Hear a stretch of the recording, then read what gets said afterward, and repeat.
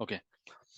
So yesterday we discussed on uh, I gave a quick revision of the Kubernetes from starting, like all the components and like why do we need Kubernetes and all the components and the architecture in detail about all the components. So we discussed that yesterday, and yesterday we did a demo. We had set up a Kubernetes cluster. Okay, and our Kubernetes cluster in the demo consisted of one master node and two worker nodes. Okay, and so for that we created three EC2 instances. Okay, so yesterday we saw some of the manifest file as well. Shah, did you get a chance to look at the video yesterday?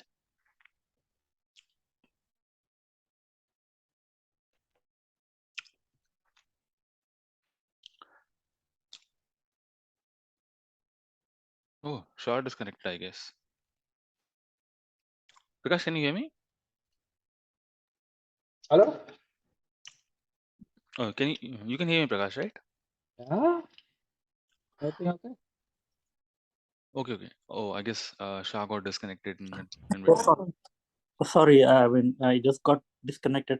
Sorry, I haven't gone through. I'll go through that. No worries. Yeah, Okay. I have an No, it was. understanding. I think Mhm. before to that, I had gone through that. Okay, okay. You gone through the Kubernetes architecture, right? This diagram which I was explaining. What are the components? Like in the cluster, we can have one Are master. you Mhm. sharing the? Ah, sorry. Okay, I'm sharing my screen now. Okay, now you can see my screen.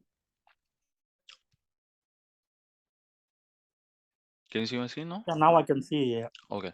Uh, this diagram have we gone through this session, like past session? We discussed on the architecture of Kubernetes, like what is a Kubernetes cluster. In a Kubernetes cluster, we can have like Kubernetes cluster is based on master slave concept. You have one master node, Okay. and you can have multiple worker nodes. Okay, or you can have multiple master and multiple worker.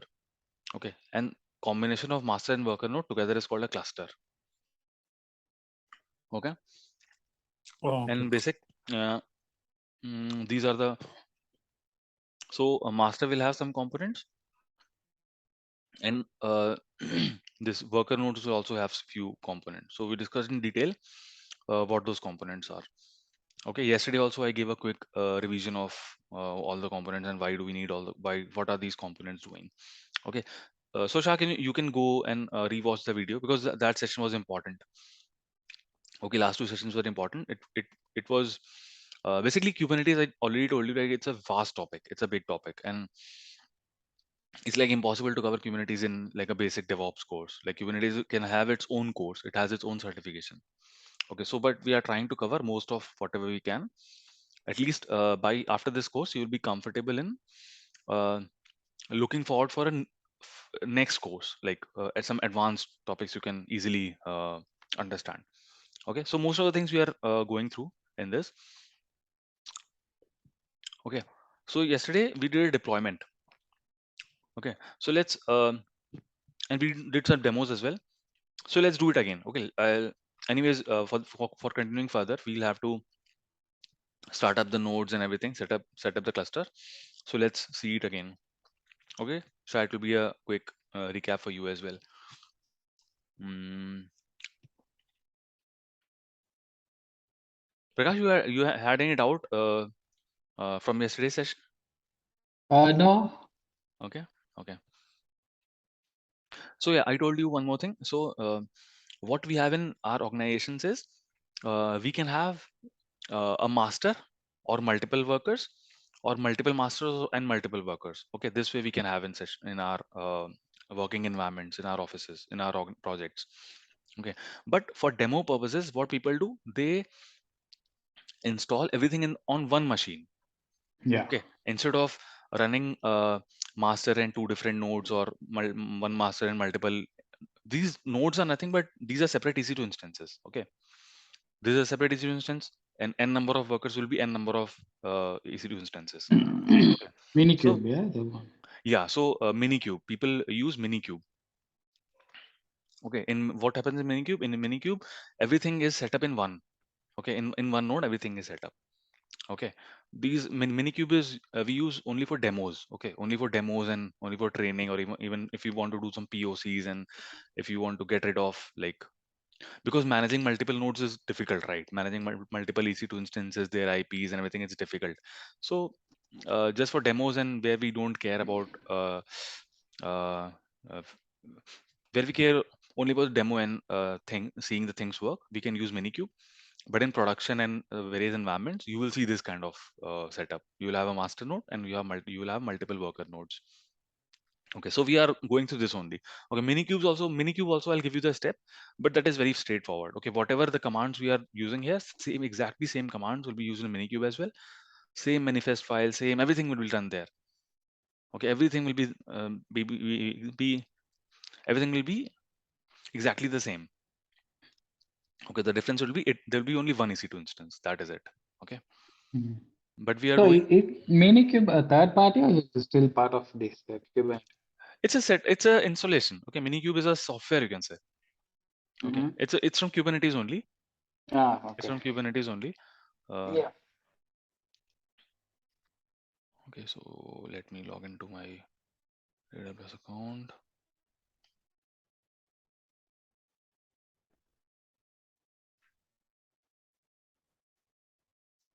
I had a huge bill yesterday from AWS.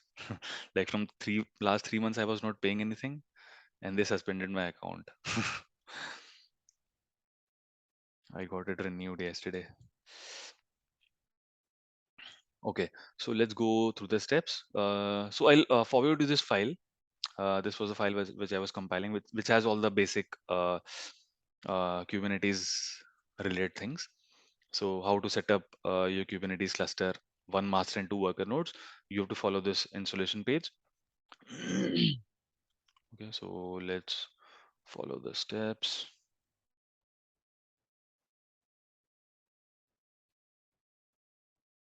Okay, before that, let's spin up some EC2 instances. Okay, we'll spin up three similar kind of EC2 instances. Okay, and requirement for Kubernetes is it should have at least the node should have at least two CPU. Okay, so in our case, it would be, let's select Ubuntu.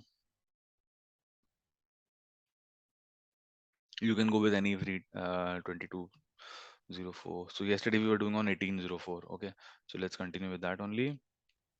Okay, then yeah, here in the instance family, let's choose T2 medium. Okay, because T2 medium is a minimum. It has two virtual CPUs. Okay, and this is a minimum requirement. Okay, key pair login. Let's select the key pair. Security group. Okay. So for this demo purposes, I'm choosing all traffic. But in production and in your environment use cases, you can obviously narrow it down to whatever ports you need. Okay, so I am selecting three instances and I'm launching it. Okay, so all three are similar size instances.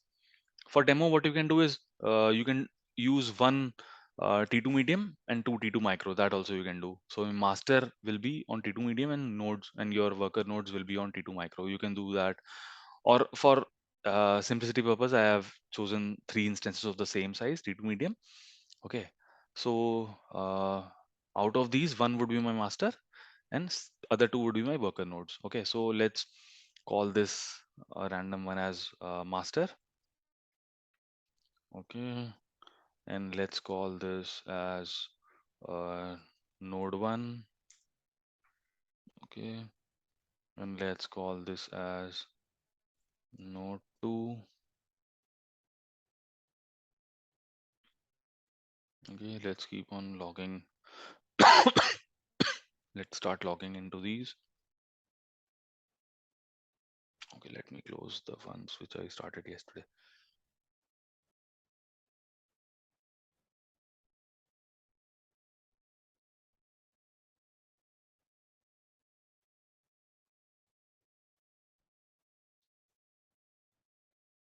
So we saw yesterday, right? Kubernetes setup is not as easy as we saw the setup of previous tools that we have studied, like Jenkins, Nexus, SonarQube. Those setups are very pretty straightforward. Okay, but Kubernetes is a bit, like, not a bit, but much more complex than those setups. So how do they manage in production environment? I mean, with so much of CLIs and They there automate it. any idea? They Yeah. automate it. They Okay. automate it. See, cloud Yeah, formation. but cloud formation. Hmm. They can Okay. they can automate it with cloud formation as well. Okay. Uh, See, in AWS we have a service called EKS. Okay, Yeah. Elastic Kubernetes Service. Okay, Mm-hmm. using that service, that does most of the part of the master. Okay, that is for easing up your what master is doing. Okay, Mm-hmm. for the master it. Okay, and setting up, it's very easy. They have a Okay. You can have a single command.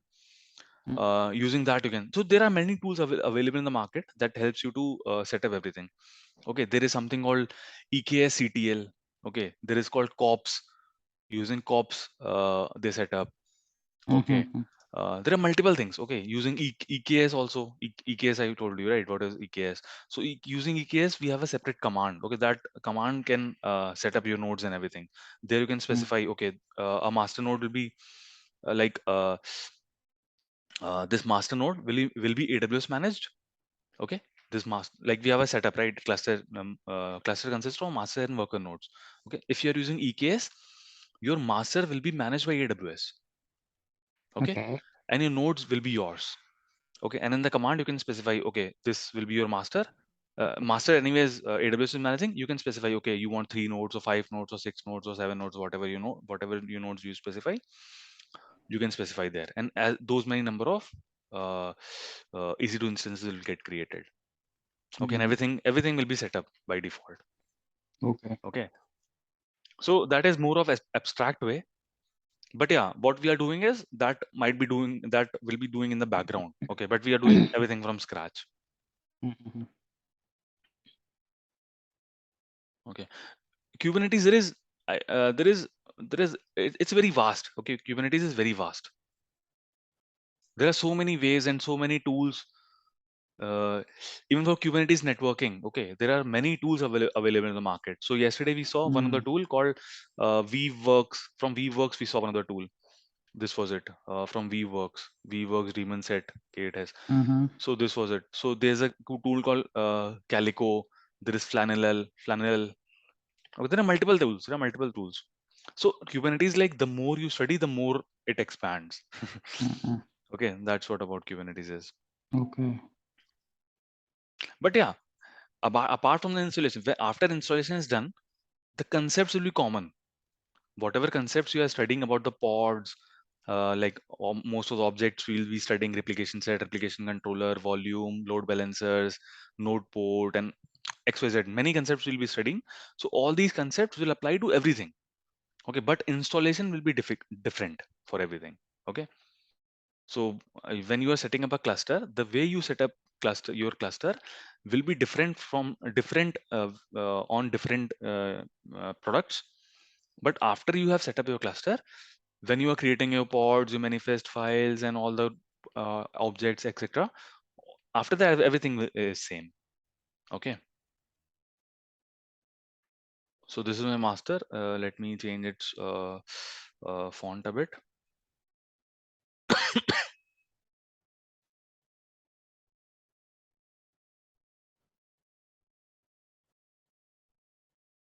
So we do not have a Kubernetes course here, but yeah, I think we should have it later, like a full 30-40 hours of, at least 30-40 hours of the complete Kubernetes, like only Kubernetes, if someone is interested. Okay. So I do you teach that one? Kubernetes, we have not had any such course till now, but yeah, we can plan it in future, like if we have more number of people. Okay. And GCP, do you teach GCP as well? I mean, No, GCP. GCP I don't teach, but there should be some subject matter expert in egain, I guess. Oh, okay. So I teach mostly AWS and DevOps.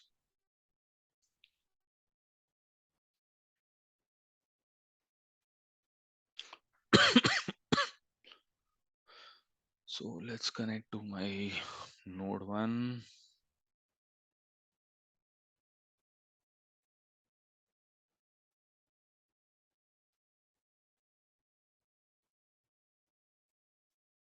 Sorry, Ubuntu.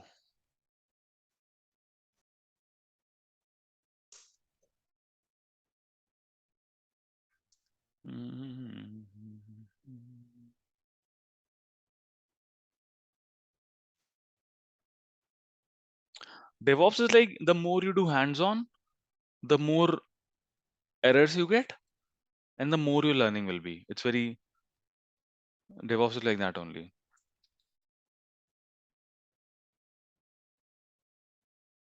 So if you talk about AWS and things, it's limited. Okay, AWS and things are limited. There are limited number of service, and those services will have limited number of configurations, and you are done. That's it. But in DevOps, there is no limit to what you can study. Okay, there are so many tools, and a new tool comes in every other month. A new feature comes in any existing tool. Okay, so there is no end to DevOps. So it's like the more you are in DevOps, working in there, and the more you will learn.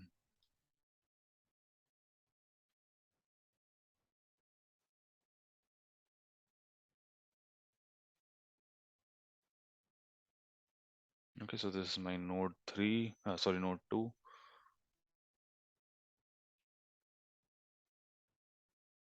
And there are a lot of stuff available on like internet about Kubernetes and things. And sometimes it will be difficult to find what is correct and what works for you. Okay, even for installation part, if you follow any uh, web page or any blog, you will see that sometimes that will not work for you. Okay, then you have to do some of the other things, okay, to make it work for you. Okay, it's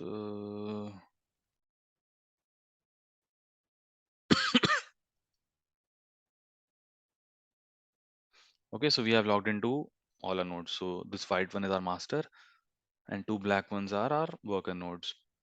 Okay, now let's set up our Kubernetes cluster. And I gave you this particular document. I've pasted the link of this document in that this document, like the document with the Kubernetes guide, which I'll be sharing with you. So the first step is let's name those servers. Okay, this is an optional step. If you want to name, you can name. If you don't want to, you can leave it. This will just give your server a name. So if I do sudo su now, it is changed to master. Okay, just for the ease of understanding. Okay, now same I'll do for node 1. Let's call it node 1 randomly.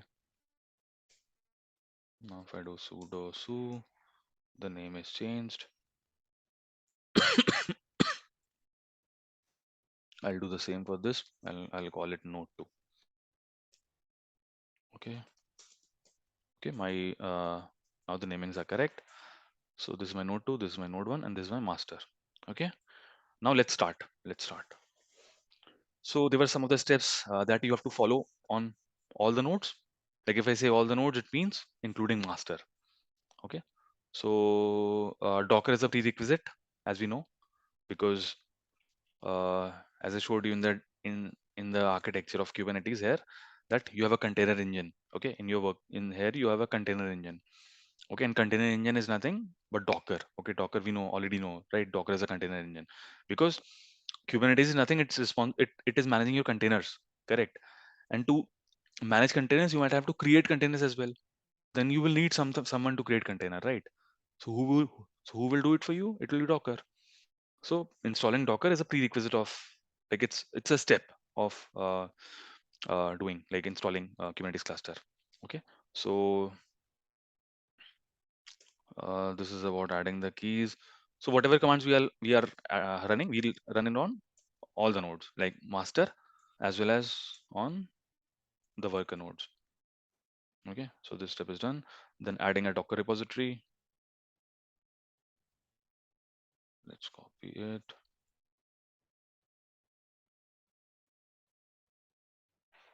Okay, adding a repository. The same has to be done on this node as well. Same will be done on this node as well. Okay, then getting a Kubernetes GPG key.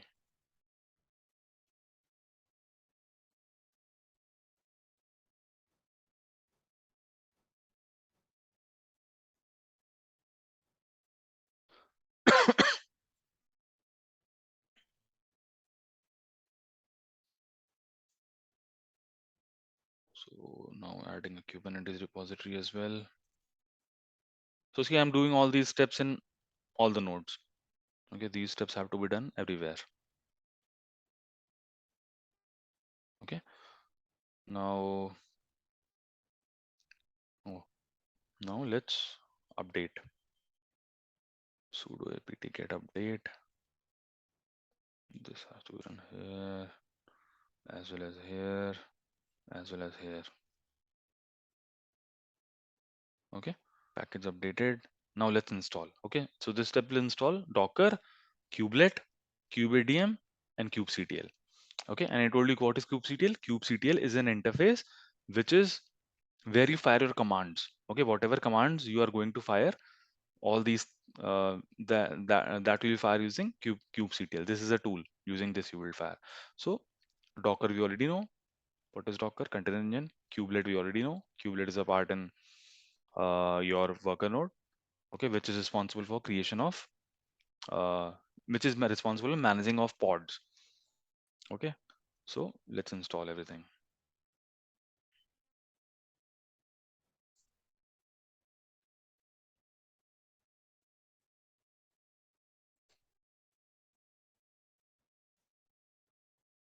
Okay, now this command is to hold them to the current version. Yeah, this is optional if you want to do, if you can do or not.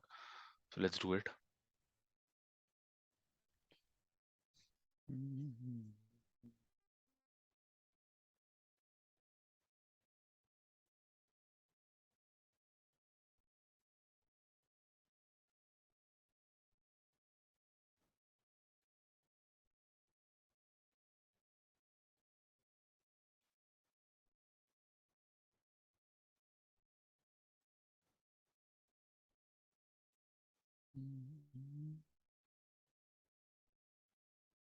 Okay, here it completed.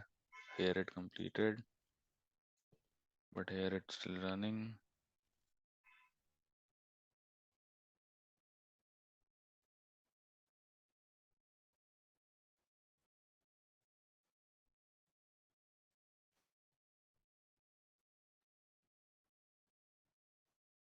Why is this slow?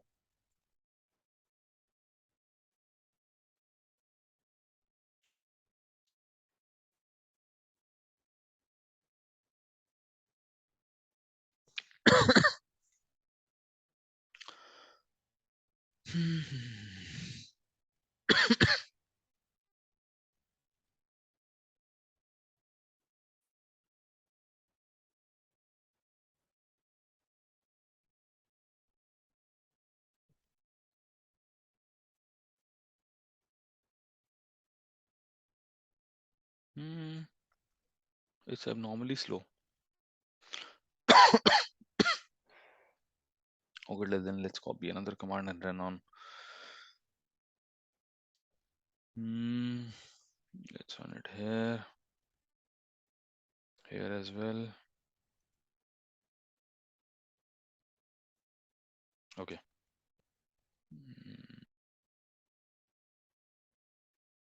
Okay. Now next step is sudo sysctl -p.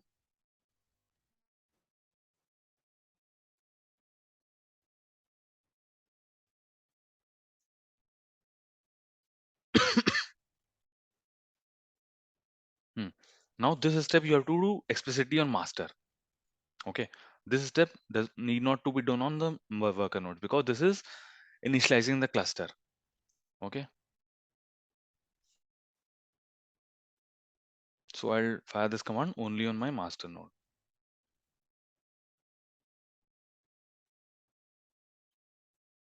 Okay, this command will take 2-3 minutes.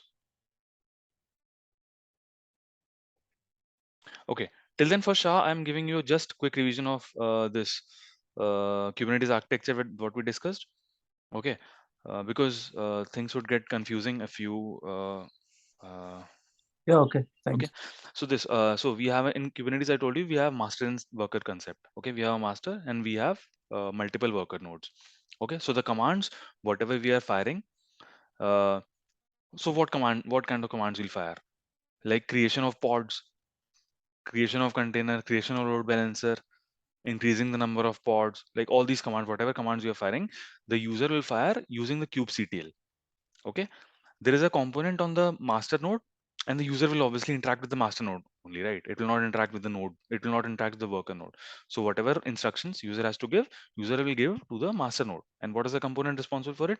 API server. Okay, whatever commands we are going to give using kubectl, those commands will go to the API server.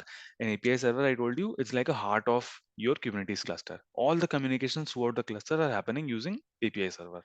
That is the reason you see all the arrows targeting towards API server. Okay, then there is something called etcd cluster. Etcd cluster is like a database. It stores information of all the nodes. Like you have 10 nodes, it will contains an IP of 10 nodes and how many pods everything is having, like all the details. It's like a database. Okay, then third component in the master is control manager. Control manager is responsible for maintaining actual state is equal to desired state. Okay, what is the actual state? Actual state is a state of your pods right now. Okay, state of your nodes or pods or whatever at a particular instant. Okay, and what is the desired state? Desired state is what the user wants. Okay, for example, I have two pods. Okay, and user wants five pods. So actual state is two pods. Okay, and desired state is five pods. So now control manager will ensure that actual state is your desired state. So now it will try to increase the pods because my desired state is five pods. It will try to increase the pods. But this is like a manager. Okay, control manager is a manager. He does not do the work. He makes cube scheduler do the work. Cube scheduler is like an employee. Okay, he will do all the work. So cube scheduler will schedule the pods. Okay, the extra pod, like two pods are already there. Okay, now user wants five pods. So extra three pods, which will be cube control manager will tell them, okay, actual state is equal to two pod, desired state is equal to five pods.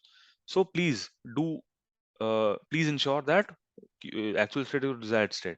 So cube scheduler will know that, okay, there are three pods I have to create on these nodes. So it's cube scheduler is like an intelligent employee. Okay, he will either he will either he will perform as per the user says. For example, if the user says, okay, I want you to create pods, all three pods in this node, so cube scheduler will obey his orders and it will create pods in this particular node. Okay, but if user does not direct anything, if says that, okay, it depends on you where I don't care where you create the pods, just I want five pods to be there, and it depends on you where you create. So the extra three pods cube scheduler will schedule wherever it finds. Okay, as per its intelligence. Okay, it is intelligent to do, like it might load balance it. For example, if it is already running two pods and it is running zero pods, so it will schedule other three pods here just to balance it. Okay, or based on any other thing, it will work intelligently. Okay, clear? This part is clear. Okay, now Yeah, this yeah. this this was this these are the components in the master node. Okay, now coming to the worker nodes, there are few components in the worker node as well.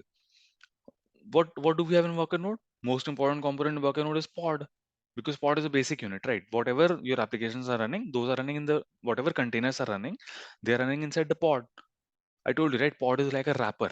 Kubernetes does not understand containers. It understands pod. Whatever communications are happening, the communications are happening via pod. and pod can Okay. contain one or many containers. Okay, a pod can contain one container or a many container.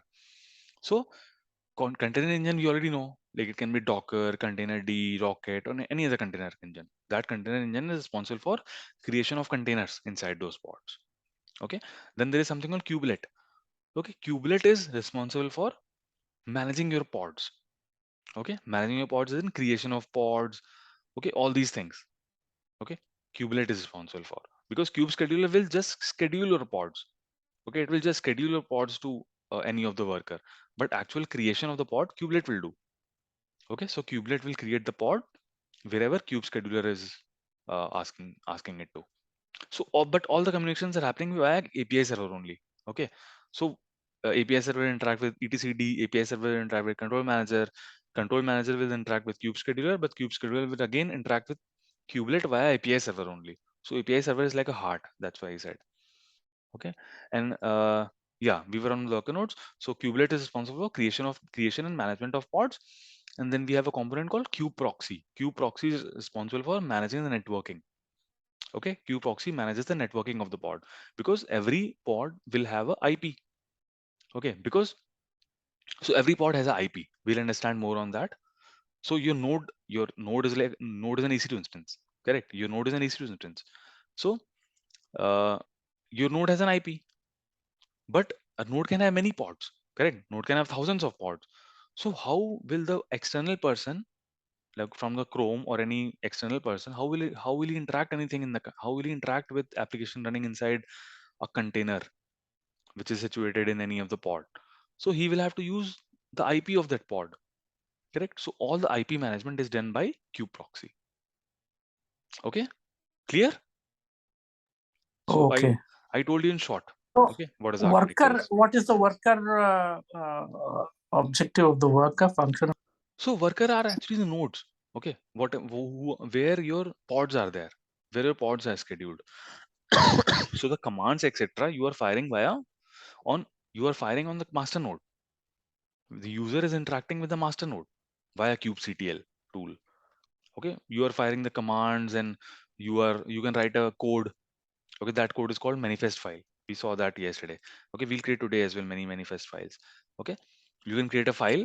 You can specify all the commands there, like how many pods you want to how many pods you want to create in one pod, how many containers you want to create. That particular container will have which type of image, it will have ubuntu or any other image, or if you want to expose a port on that, like all the concepts that we study in Docker, all those things you Mhm. can manage here, right? Because Kubernetes is nothing, it is managing your containers only, right? So Okay. containers concept remain as it is here. Okay, that those will not change. But how to manage everything, those you can do with the help of Kubernetes. Okay, so either Okay. you write Yeah. a single command,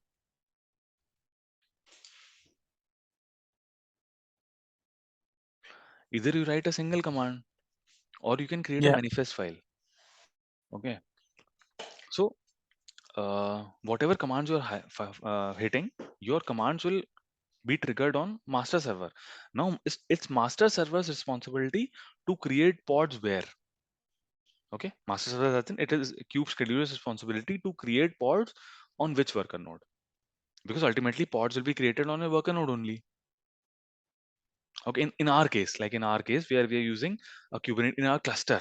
Okay, and in case we have multiple masters and multiple nodes, or one master or multiple nodes, we have a cluster. Okay, in that case your nodes will be created on your pods will be created on your nodes, not on the master. But yeah, if you're installing minikube, in that case you have a single machine which will serve the role of your master as well as node, as well as a worker. Okay, so obviously everything will be handled on the same thing. Okay, so that's what minikube is for. Okay, clear? So worker node, your question was Yeah. why we need Yeah. worker node, right? Worker nodes are actually all the pods etc. are getting created on worker nodes only, and obviously on the pods, Okay. in the pods we'll have applications deployed. So actually Mhm. your applications which are deployed, they are deployed on your worker nodes only, inside the pod, inside the container which are located inside the pod. Okay, Okay. Okay. okay. So this was a brief overview of the architecture. Okay, so now coming back to our installation.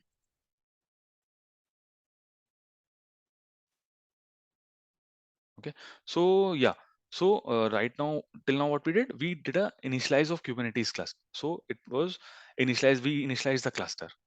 Okay, we did the cluster initialization. Okay, we had set up this IP, we have given a CIDR to this network. Okay, this is my cluster CIDR.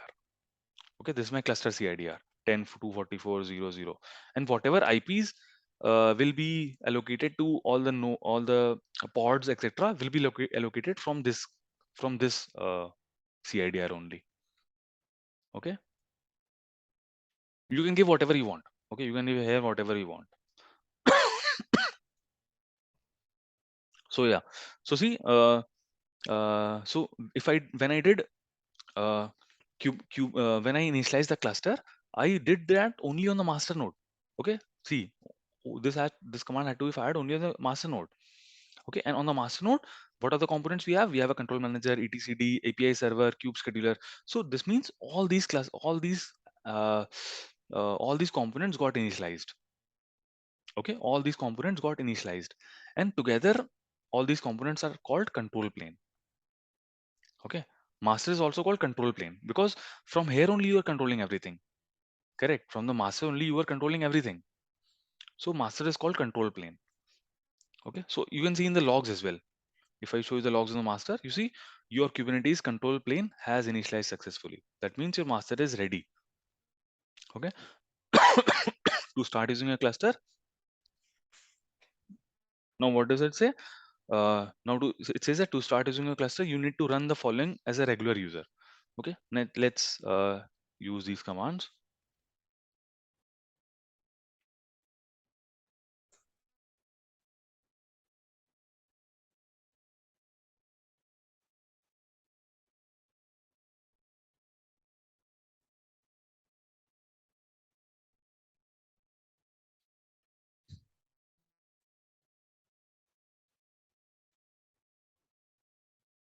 So this initialize command might have created a admin.conf. Okay, and we are moving this admin.conf to a .cube directory. Okay, so this is like a basic installation part. Don't worry about it. It's very like it's already written here. Okay, now uh, you see when we initialize the cluster, it's saying admin.conf, kubelet.conf, control manager.conf, scheduler.conf, everything got initialized. Okay, API server, kube scheduler. Okay, now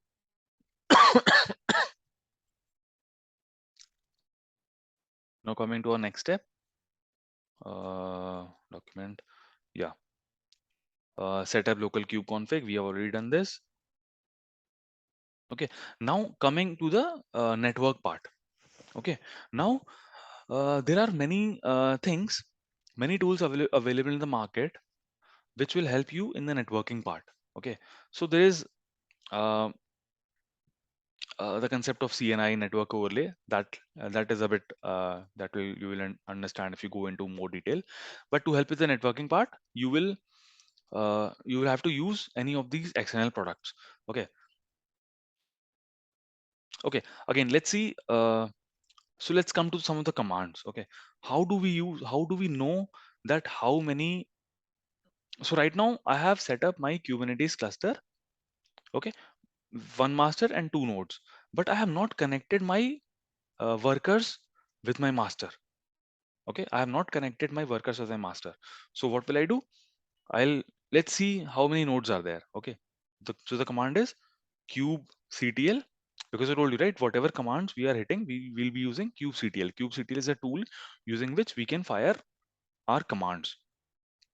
Okay, kubectl get nodes. Okay, see, it is giving me how many nodes I have in this cluster. Okay, so right now I have just master. Okay, I have just master. I don't have any worker right now because I have already done the setup there. Okay, on the worker nodes I have done some of the installations, but I have not connected them to the master yet. Okay, I have not connected them to the master yet, so I'll have to connect them. So what is the command to do that? It is given here. Then after the kube init, it has given me this step. Then you can join any number of worker nodes by running the following on each of the root, each one as a root. So kubeadm join, you have to use a join command. Using this join command, after you fire this join commands on your worker nodes will be connected with your master. Okay. But before that, let's install the networking part. Okay. So you have to use this command kubectl apply -f. So written very clearly here, instead of this step in the above URL. So in this above page, which we was showing here, it was having this step, right? Apply flannel CNI. You don't have to use flannel, because I tried flannel CNI was not working with us, not working with our setup. So let's skip this step. Instead of flannel, we can use this. Okay, as I told you, there are multiple tools available in the market. You can use Calico. Okay, there are many tools.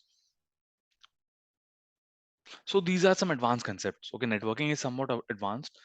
You have role bindings and cluster bindings and like lot many advanced concepts. Okay, so we'll not cover those things here. Okay, so let's run this thing on the master. Okay, so it it created a cluster role binding, and everything it created. Okay, so these are related to networking. Okay, for now you can assume that these are, or everything is related to networking. Okay, now let's run this join command on our worker nodes. Okay, so this was the join command which Kubernetes gave me, like which init command gave me. I'll trigger this command on my both the worker nodes as root. Okay, so it is joining. Let's trigger this on this. Okay, so here it says this node has joined the cluster. Okay, and here also it says this node has joined the cluster. Okay, so earlier you saw here, right, when we when we triggered kubectl get nodes, it was showing only master, and that is status is not ready. So now if I do kubectl get nodes, you will see this. Now node 1 and node 2 has also joined the cluster. Okay, node 1 and node 2 has also joined the cluster, and now you see the status is ready. Okay, that means your cluster is ready, and now you can deploy your pods. Clear?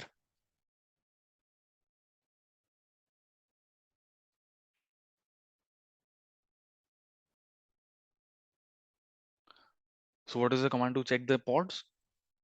Get kubectl get pods. Okay, so right now it says no resource pod because we have not created any pod.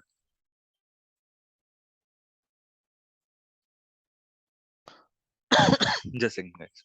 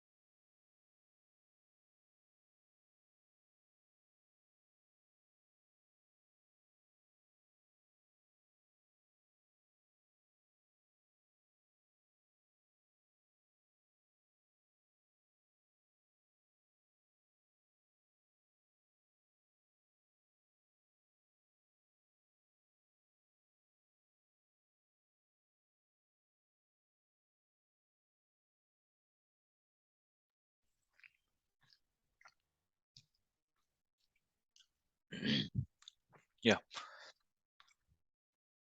So I told you, right? There are multiple ways to create a pod. Okay, you can create it directly with a command, or you can use manifest files. Okay, so usually in your projects you will use manifest files only. So what is a manifest file? Manifest file is a YAML file. It looks like this. It starts with kind. Okay, in our case, our kind is pod, because we are going to create pod. Okay, then it has API version. It contains metadata. Metadata will say what is the name of the pod. Okay, and it will contain all the specs of the pod. Specs of the pod as in how many containers are there. Okay, in spec we have containers, and then we'll have container section. Okay, that then right now this particular pod has only one container. That container name is C00. Image is Ubuntu. And what is the command? And when the container will start running, this command will get triggered there in the container. Okay, what is the command? I am writing a loop. While true, do echo hello sleep 5. So I'm applying a sleep. So it will keep on printing hello Puneet, hello Puneet, hello Puneet after sleeping 5 times. After sleeping for 5 seconds. Okay. Restart policy you can ignore for now. So this is how my manifest file looks. Okay, so let's create a manifest file and see how it works. So I'm copying this into one of my file. I'm creating a file here. Okay, let's call it uh, pod1. So that's what the convention we were using yesterday. Pod1.yml. Okay, and in that in this file, I'll write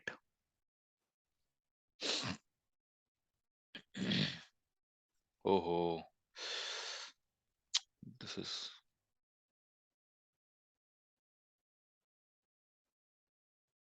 wait.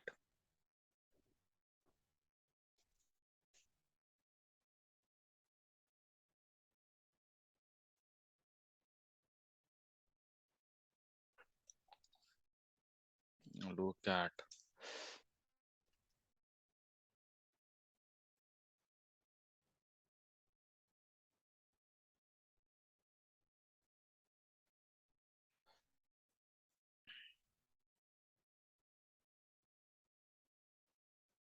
hmm, this fate is getting created. Fine, I guess. Control D. Okay, so that file got created, and if I do cat pod1.yml, so yeah, this is what inside my pod1.yml. Okay, and this is called a manifest file. Let's see if it is looks correctly or not. Okay, yeah, so this is my manifest file. And how do I run a manifest file? So the command to run a manifest file is this. You have to use kubectl apply -add -f name of the manifest file. So I'll copy it and paste it here. So you see it says pod test pod created. Okay, now if I do kubectl get pods, earlier it was showing no pods. Okay, no resources found. Now if I do, it says test pod has been created and it's running fine. Okay, similar to this we saw a concept where we could create multiple containers in the pod. Okay, the manifest file would look like similar to it, but instead of a single container, right now we have two containers in this multi-container pod. We have two containers. Okay, C00 and C01. Okay, both are running Ubuntu. Okay, all these things. Okay, this I'll not do the demo again because yesterday we did it. Then we saw what is a pod, using a pod, and how do we write an environment variable.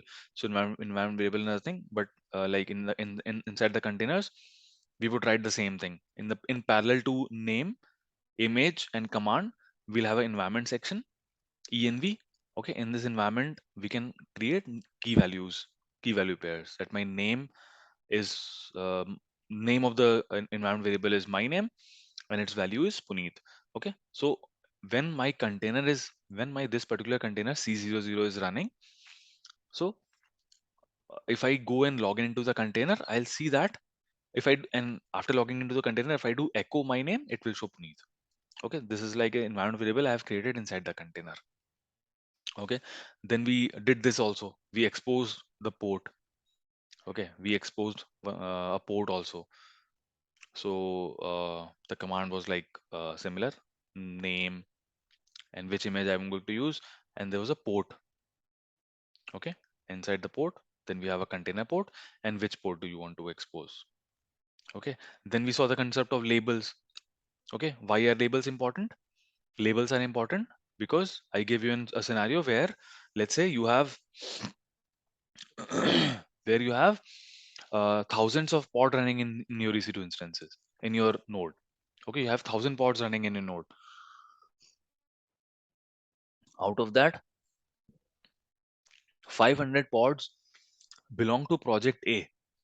Okay, 200 pod belong to project B. Okay, and other 300 pod belong to project C. Okay, now you will create a label on those pods that okay, these 500 pods will be labeled as project A. Okay, project name is equal to project A. Okay, and other 300 will be named as project name is equal to project B. Okay, so let's say if someone wants to find the pods only related to project B, what he will do? He will do kubectl get pods, and he will specify project name there. Okay, in that way, only pods which you have labeled as project B will be found. Okay, clear?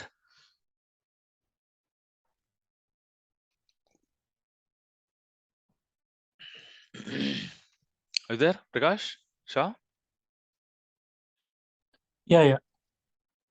Yes. Yes. I know this is becoming a bit complex, but yeah, hold on, it will become more complex in few minutes because yeah, that's what Kubernetes is. It's a bit complex. Like think there are so many things. If you go in detail, things will become simpler. But yeah, if you see it from a very high level, things will look a bit complex. Okay. So yeah, let me know if any of the concept is you are not getting. Okay.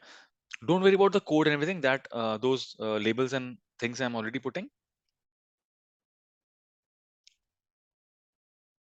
Okay, let's show you a demo of this labels also again. Okay.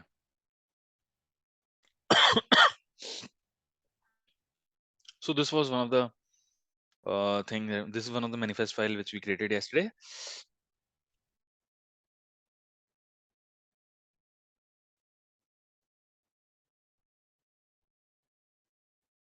So let's create this. Yeah, there were some few other commands that we saw yesterday, so one by one we'll see them. So let's create another file. Okay, I'm creating another file called I'll call it pod2, or let's okay, call it pod2 .yml. Okay, in this I'll copy this part. Okay, so what this pod is having, this is kind pod. Okay, API version v1, that is by default we have to write everywhere. Metadata, inside the metadata we have a name of this pod, so the name of the pod is Delhi pod. Okay, and we have a label section here. This pod will be labeled. This pod has two labels. One label is environment is equal to development. Another label is class is equal to pods. Okay, and then as usual it is having a container. In the spec section you have a container, and and this pod is having only one container. So you see container's name is C00, and it is this. Okay, so let's okay, now let's create let's apply this configuration as well. So what is the command to apply the configuration? It's kubectl apply -f and name of the manifest file. So name of my manifest file is pod2.yml. Okay, so it says that pod Delhi pod created. Now if I see how many pods are there, so the command will be kubectl get pods. Okay, see now it has two pods. Test pod was created 6 minutes ago, and Delhi pod has been created 12 seconds ago. Okay, And now this pod is having labels. Okay. Now let's see some more commands. Okay. Already saw that commands yesterday. So let's do a quick revision. So there is a command to check. So with get pods, kubectl get pods, we are seeing only limited information, right? Name, if it is ready or not, status, restart, yes, these things. So here it is showing the name. It is showing how many containers ready, how many containers are ready. So 1 out of 1 means that in this particular Delhi pod, we have one container, and out of that one container, one is running. In this test pod, we have one container. Out of that one container, one container is running. Okay, let's say if we have three containers in that same pod. Out of that three containers, only two containers are running right now. So the status will be here. It will show 2 out of 3.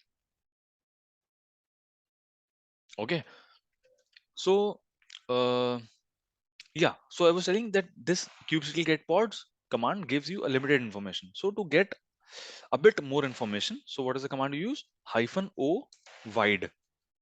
Okay, just after kubectl get pods, you put -o wide.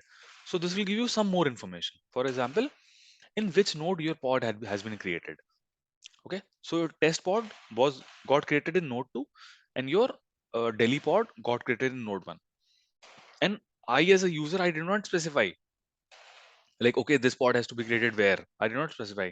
I told you, right, cube scheduler is doing everything. Cube scheduler is scheduling everything, and I told you cube scheduler isn't intelligent. Okay, based on some intelligence, the cube scheduler must have figured out, okay, let's create this particular pod in this node, and let's create this particular pod in this node.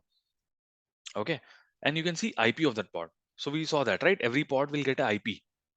So you see these pods, this particular pod is having this IP, and this particular pod is having this IP. Okay. Okay, coming to the next command, what we saw. Yeah, if you want to get the details of a particular pod.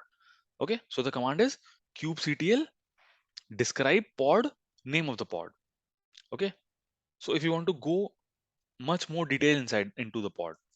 Okay, if you want to, so this particular command get pods is describing all the pods which are there. But if I want to see details of a particular pod, which command I'll use? I'll use this kubectl get pods describe, sorry, kubectl describe pods, kubectl describe pods, and name of the pod. So if I do this, so it is giving everything in detail. Okay, this is all the information of that particular test pod. Okay, see, it is giving the events as well. So this container was, so what did cube scheduler by default, it assigned it to node 2. Okay, cube scheduler did something, then it this particular pod was scheduled on node 2. Okay, then it started pulling Ubuntu image because I have written this inside the container, right? Here you can see the container command as well, what I have written in the container. Okay, so this particular container C00 has image Ubuntu.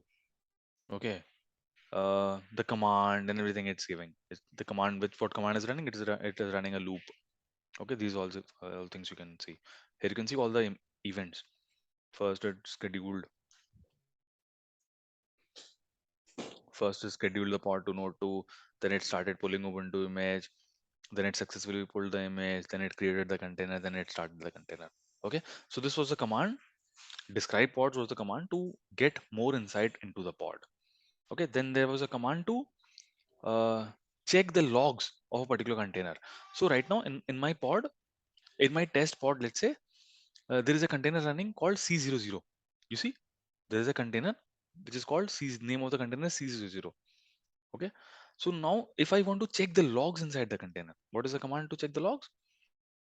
Command to check the logs is this kubectl logs -f name of the pod and -c name of the container. Okay, so in my case, name of my pod is, let's say, test pod, and name of the container running inside the pod is C00. Oh, sorry, C00. Okay, you see, it is running in loop. Hello Puneet is now it is displaying in the form of, so every 5 seconds is sleep, it's sleeping for 5 seconds, and then it is printing hello Puneet. Okay, so this shows the container logs. Okay, now what is the next command? Next command was to delete a pod. Okay, command is very straightforward. Kubectl delete pod. Okay, then command to check. Uh, yeah, command to get the pod details along with the labels. Okay, so how to get the so there is a command kubectl get pods hyphen show labels. So if I fire this command, this will show all the pods. Okay, I have to exit from this container. Yeah. So now if I fire this command kubectl get pods hyphen show labels, so it will show all the pods along with the labels. Okay, you see there is a label columns here now. Delhi pod and test pod. So test pod was not having anything, was not having a label, but Delhi pod I had in my manifest file. I had two labels: class is equal to pods and env is equal to development. Okay, so it is showing here.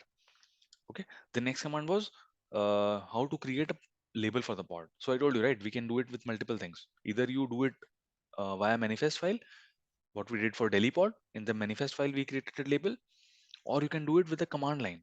Okay, let's say I want to create a tag, create a label for this test pod. So what would be the command? The command would be kubectl label pods, name of the pod, and this. What is the label? Okay, kubectl label pods, name of the pod. Let's call it, name of the pod is test pod. Okay, test pod, and environment is equal to production. So I'm creating a label called label on the pod, which is called test pod, and the name of the label is environment is equal to production. Okay, so this pod was labeled, and if I again go kubectl get pods hyphen show label, see it is showing test pod is having this particular label. Okay, clear? Now the actual utility of it. So how do I find a particular pod which is having a particular label? Okay, so the command to do that is kubectl get pods hyphen L. You specify hyphen L as a parameter, and then the label.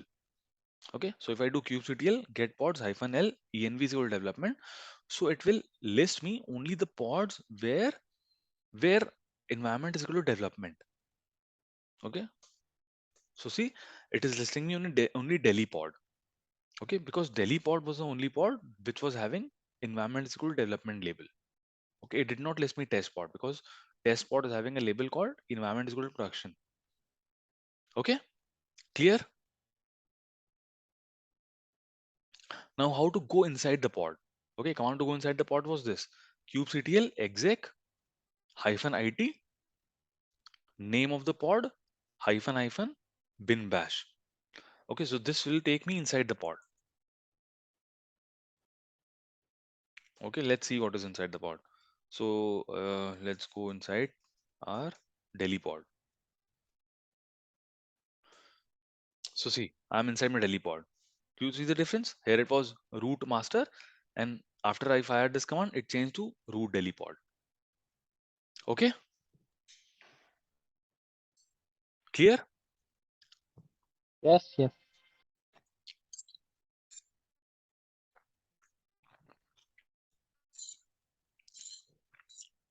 Prakash, Shah, clear? So yes, yeah. We saw this yesterday again, right? Yeah. Mhm.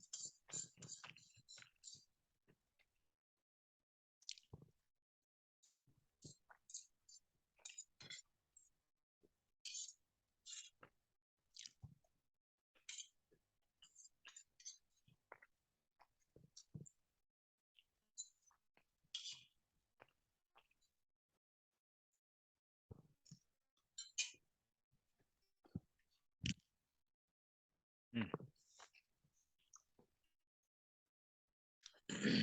Okay, so now, Shah, it is clear for you, right? Getting clear, or yeah, I know the commands will be a bit new, Yeah, so overall, there are so okay. many commands, but a concept is getting clear or not? Concept of labels. Yeah, Okay, concept of manifest file, how we are running them. Okay. Now there was a concept of selectors as well that we discussed yesterday. So selector concept is you can specify selector as well, node selector. Okay, in parallel to containers, you can specify node select. Node selector will tell your kube scheduler that okay, you are going to schedule this particular pod in T2 median type of instance. Okay, so here you are directing your kube scheduler to don't use your mind, but I'm giving you some directions that the pod which you are going to create, you have to create in a instance which is T2 medium. Okay, so let's say if you have multiple worker nodes, T2 micro, T2 medium, R5X, whatever, so it will explicitly create the pod in T2 medium. So that is what the selector does. Okay.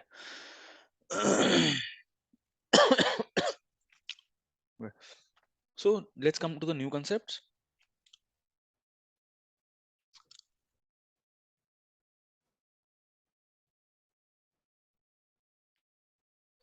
I open a new page.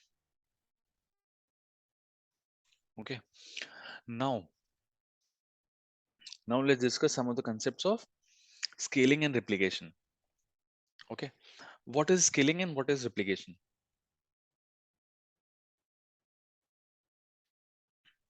See, scaling is, we already know what is scaling, right?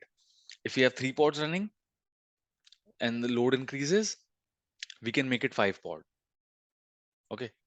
If load decreases, we can make it again to 3 pods. Okay. That is what scaling it is. Scaling is automatically, automatically or manually, whatever, you increase or decrease the number of pods. Okay, that is called scaling. Okay, and what is replication? So, okay, so coming to other thing. Okay, we'll discuss about that. But before that, let's talk about some objects. Okay, so Kubernetes alone by default cannot do a lot of things. Okay, whatever concepts we are studying about the kind pod. So in the manifest file, we used to write kind is equal to pod, right? So if you write kind pod, that will create a single pod. What if that pod destroys? What if that pod gets killed? You cannot recover a pod if it gets killed. Okay, then you have to recreate a pod manually. You have to recreate a pod if that particular pod gets killed. So pod is like, it's like volatile in nature, you can say. Okay, either you go and debug and everything, and then, or let's say a pod can contain multiple containers. Okay, a pod can have one or many containers. Let's say one of the container crashes. Okay, then your whole pod will have to be renewed. Okay, you have to delete the pod and recreate the pod. Okay, so so uh, if we specify kind is equal to pod, in that case, these all things are there, that it is not having many features. So to give it some features of replication and scaling, we have to put some objects. Not only for replication and scaling, but for load balancing, managing the IPs and everything, we have to use we have to use different concepts here. Okay, and I told you yesterday that everything in Kubernetes is an object. Okay, everything in Kubernetes is an object. For example, the pod, your pod is an object. Load balancer is an object. Cluster IP is an object. The replication, what you're doing, for that also we have objects. For people who are going to access your application which is running inside the pod, means running inside the container, they need to have an IP, right? That is also an object. So everything in Kubernetes is an object. Okay, everything in Kubernetes is an object. So till now we have studied pod as an object. Okay, so in our manifest file we used to use pod, or kind is equal to pod. So let's see how this replication and scaling works. Okay, for example, let's say I'll not make the master, I'll make the worker node only, right? I'll make only the worker node, I'll not make the master. Let's say this is my worker node. Okay, I'll call it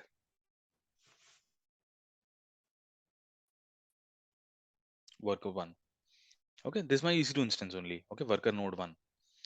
Okay, now in this particular EC2 instance, in this particular node, I can have multiple pods. Okay, I can have multiple pods. Let's take an example of one pod. Okay, let's say in this EC2 instance, I have just one pod.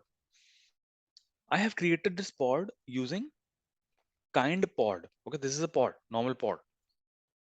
I have not used any object on top of it. I have not done anything. It is a normal simple pod that we have created now.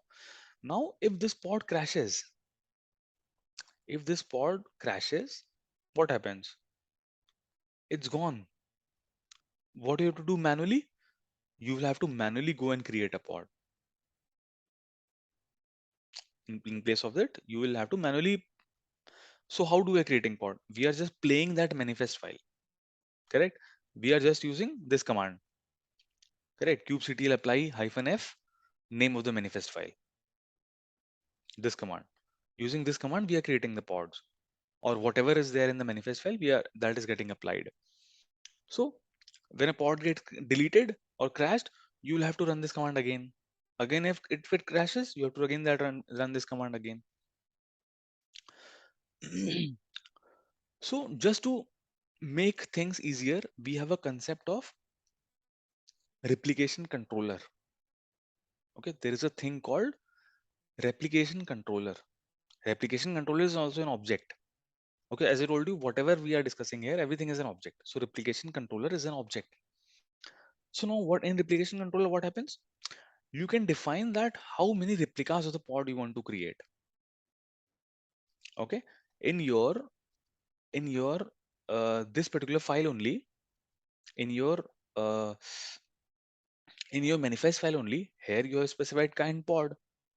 This is object of pod type of object. Now if you specify replication controller type of object, so in that case what happens, you have to specify the number of replicas this pod will be having. Okay, replica means if you specify number of replicas as 3, so when you play that, when you play that manifest file, same pod will be created 3 times. Okay, exactly same pod. Let's say my replica is, I have specified 3 in the replica. So replication controller will create 3 replicas of the same pod, exactly with the same name. Now let's say if this pod crashes. Now say if this pod if my this particular pod crashes. So now and now user can be served with this pod or this pod because we have created replication, right? At a time only one will take care of the user request. For example, there is a user who is requesting for the application running in this particular instance, this particular pod. Okay, and using replication controller, we have created 3 replicas of the same pod. Okay, now 3 pods are exactly the same. 3 pods are exactly the same. The user will not even know that which pod it is connecting with. So if my 2 pods are even getting crashed, the user can be served with this particular pod. Okay, and now in my replication controller, I have already specified that replica set is equal to 3. Okay, this replica number of replicas is equal to 3. Now it will see that okay, the user has requested for 3 replicas, and what I see here is there are only 2. So new 2 pods will get created. Okay, 2 new pods will be created exactly with the same thing. Okay, this is called self-healing. Okay, this mechanism is called self-healing mechanism. So whatever is there in your whatever is there in your manifest file, that is what the user wants. Correct? User will trigger. User has two ways to fire any command. To give some instruction to Kubernetes cluster, user has two ways. Either to use imperative commands. Imperative commands means like the normal command kubectl this is blah blah blah whatever, or he has an option to create a manifest file. Okay, now whatever instructions he is giving, either by using those commands or with the manifest file or whatever, those things are what he desires. Correct? Oh, those things are what he desires. So in his manifest file, he desires replicas is equal to 3. Okay, so when he played that when he played that manifest file in which he specified, okay, I want 3 replicas, 3 pods of exactly the same type got created, and the user got connected with any of the pod. Like application was deployed on any of all the pods, and user was being served with the request. Being user request was being served, and let's say in any of the case my pod crashes. If my one pod crash, so now it now the self healing mechanism will come into picture, and my Kubernetes cluster will know that the user wants 3. User has specified 3 replicas, and right now I have just 2. Okay, and so it will create an additional, it will replace it, it will heal it. Okay, this crashed pod will be replaced by a new pod, exactly the same, with exactly the same configuration. But the user but the user in the backend who's accessing the application will not even know. Okay, clear? Shah, Prakash, clear? Yeah. Yes. Yes. Yes. Clear. Yeah. Concept of replication is clear? Yeah. It's like self-healing. Yeah. Yeah, it's self-healing. Okay. Okay. So self-healing, obviously, we know why we want to use, just to make things highly available. Yeah. And uh, so I give you an example of 3 pods, right? In replica, I give you an Hmm. example of the person has specified 3 replicas. So in case 3 pods Yeah. get created, the user Okay. has an option to use one as well. Okay, he can specify that I want only 1 replica. In that Yeah. case, only one pod will get created. But even this pod will have self-healing capability. If this particular pod crashes, if this particular pod crashes, then obviously the user experience will get hindered, and till the time a new pod comes to take its place, the user will face a downtime. But yeah, self-healing mechanism will be there.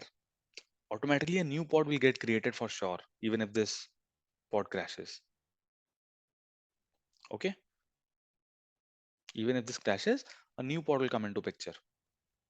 But this pod coming up will might take some time, right? Few seconds. Pods are very lightweight. Anyways, containers are very lightweight.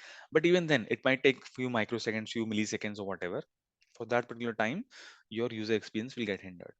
So that is why ideally we do replica set is equal, at least replica set replication controller. We do it 2. Okay. In the number of replicas, we specify 2, at least 2. So at least 2 pods are there, so that user experience is not hindered.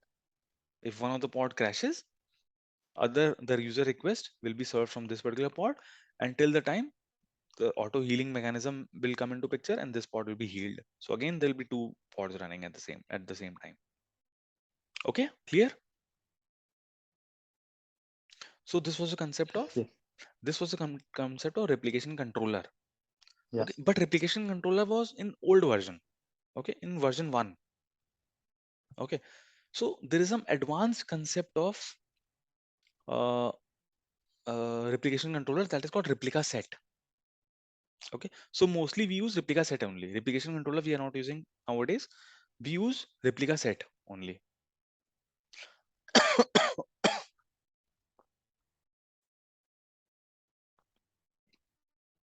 Okay,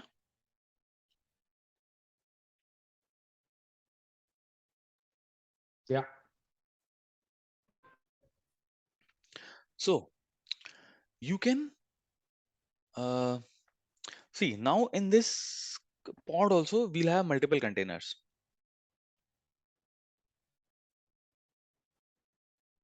Correct. In our pod, let's say,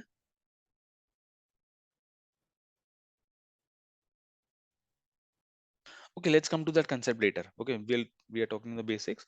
So let's come to that concept when we are doing the demo. Okay, this was the concept of replication. Now auto scaling I've already explained, right? Auto scaling means Yeah. you have one pod. Okay. Then in case of heavy traffic, you uh, create two pods, two more pods of the same type. Okay. So this means two new replicas will get created. Mm-hmm. Okay. If you downsize it, so this will get deleted. So if you decrease the number of replicas, this will be get deleted and this will get deleted. It will come back to original. Okay. So you can do it with a normal command. Okay. Auto scaling you can do with a normal command.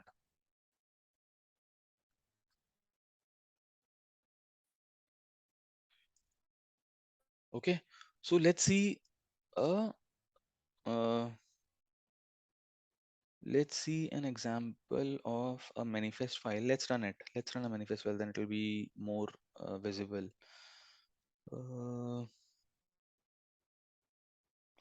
I don't want to go into a lot of detail, but uh, mm,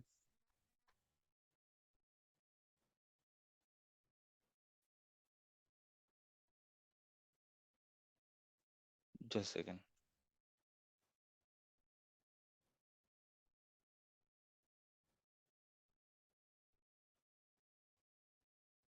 Let me find where I copied my. Uh,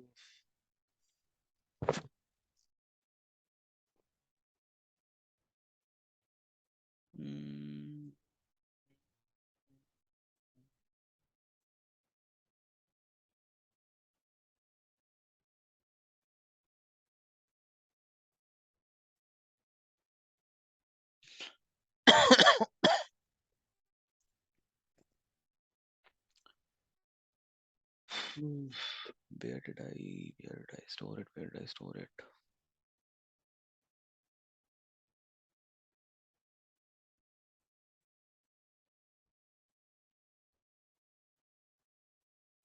Okay, I found it, I guess.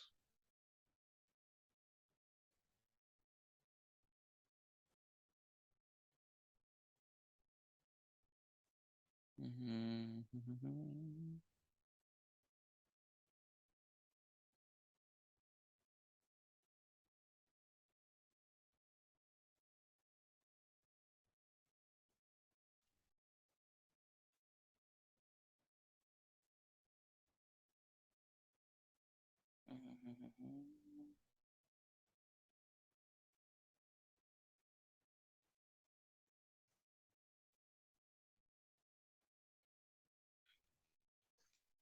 Okay, just a second.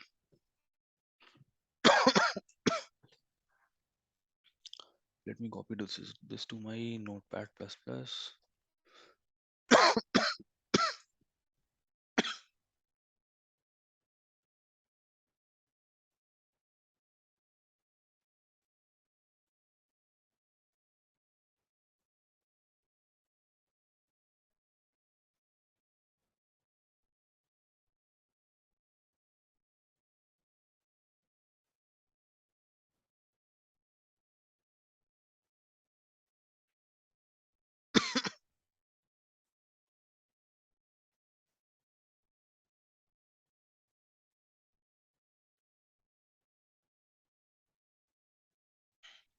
So all these are Kubernetes objects. Okay, there are many Kubernetes objects. There are volume object. There are replica set, replication controller. We already discussed. There are service objects, cluster IP, node port. Like there are many objects.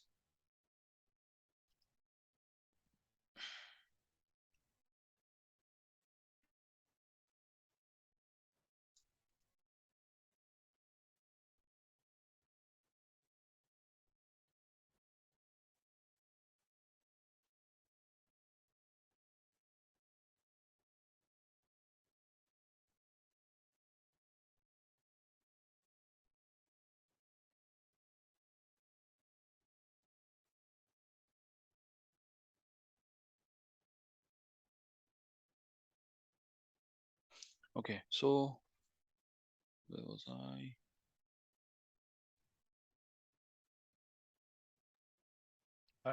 Are you sharing any other screen or? Let me share my screen on the mask. I was on my Notepad plus plus. Okay, so yeah, so this is how my manifest file of replication controller looks like. You see, here the kind is replication controller. Till now, what we have seen, our kind was pod. Okay, but now Yeah. it's replication controller. Mm-hmm. Okay, now in this replication controller, what I told you, we have something called. So here also we have API version v1 and metadata. Metadata is the name of the replica. Okay, Mm-hmm. name of your replication controller. Okay, here your kind was pod, and in the metadata you had the name, and it was name of your pod. Okay, but here it's the name is the kind is replication controller, and metadata in the inside the metadata name is name of your replication controller. Okay. Okay, and then you have specs, and inside specs you have replicas. Okay, this was important. This I Uh, told you. You have number of replicas is two. Two. Okay, and here When you uh, say two, what does that mean? two Two of pods. It means two two pods will get pods created. minimum. Two pods Okay. with the same template. Okay. Two Okay, pods minimum will be running all the time, is it? yes, right. Two Okay. pods minimum will be at least running all the time. If one crashes, auto healing will come into picture, and it Yeah. will be replaced by another pod. Exactly the same pod. Okay. Okay. Yeah. Then you have a selector. We'll come to it. We'll come to the selector, and then we have a template. Okay. Inside the template is what you write actually. Okay. That this particular replication controller has to be applied on this particular template. Okay. This is nothing but the description of pod, you can say, because see, again, in the end, replication controller is also managing pods only, but it is on the top of pods, you can say. Okay. For example, if your pod is this, if your pod is this, okay, then replication control is somewhere here. Replication control is somewhere here. It is managing your pods only.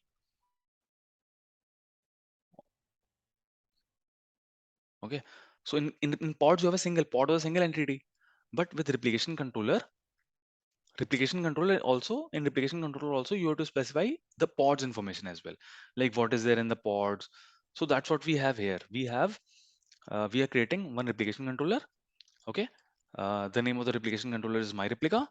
Okay. And that is having this particular specification.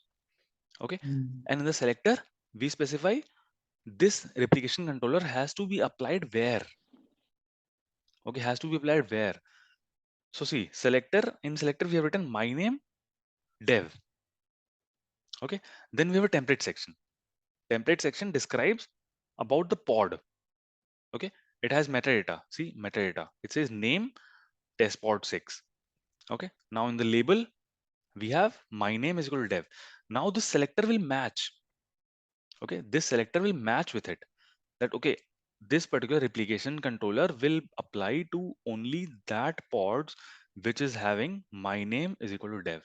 So right now in my template, what I have is I have just one pod. The name of the pod is test pod 6, and that is having a label called my name is equal to dev. So this replication controller will be applied on this. Okay, whatever means what I mean by applied on this, it means whatever auto healing and whatever capability it is giving to this pod only, test pod 6 only. Okay, I can have multiple templates here. I can have multiple templates, but here I have specified in the selector. See, I know it is becoming confusing, but yeah, see, with this manifest file, this is my manifest file. Okay, this is my manifest file of replication controller. I can have 10 such manifest files. Okay, I can have 10 such manifest files which are creating different pods. Okay, let's say this manifest file I have written only test pod 6. Okay, let's say another in another manifest file I'm creating test pod 7, test pod 8, test pod 9, test pod 10, 11, whatever. And labels for those pods are different. But label for my this pod is dev. And I want in the specification of the replication controller, I have specified that this replication controller will only be applied to selector where my name is equal to dev. So this will be only applied to testport 6. Okay, it will not be applied to testport 7, testport 8, testport 9. Okay, got it now? So that's what the selector is doing. Clear? Just assume like you have Yes, yes. just assume you have multiple pods. It's not like a single pod running in your instance. Okay, in your EC2 instance, you have thousands of pods. Okay, thousands of pods will have thousands of different labels. But you want to apply this replication, you want to manage the auto healing and replication capability of only the pod which is having this particular label called my name is equal to dev. Okay, so whatever pods which are having this particular label called my name is equal to dev, only on that pod this will apply. Okay, and in my file I have test pod 6 and this the specs inside, and this is now specs of the pod. Okay, this was a spec of your replication controller. Okay, in the specs of replication controller you have replica, selector, template was nothing but was pod. But pod was also have a specification, right? We saw that, right? Pods also have a specification. What specification does a pod have? Pod has a specification of the containers. What kind of containers are running inside this? So this particular spec was for this pod. Okay. So let's run it. Okay. It will become more clear if we run it. Okay. So I'll give you one more concept now. Okay. So see, here I am exactly matching it. I am matching it exactly that all the pods which are having my name is equal to dev as label, this replication controller will control them. Okay. So, but I cannot specify a range. I cannot specify a range here. So, uh, so I told you, right? We have something called replica set. Replication control was an old concept. It was in V1. Okay. It was in version 1. So that's why you see API version 1 here. But with the replica set, what we have is things are exactly the same. Okay, things are not different. Call it dev or call it selector del. My name in. Okay, let's call it.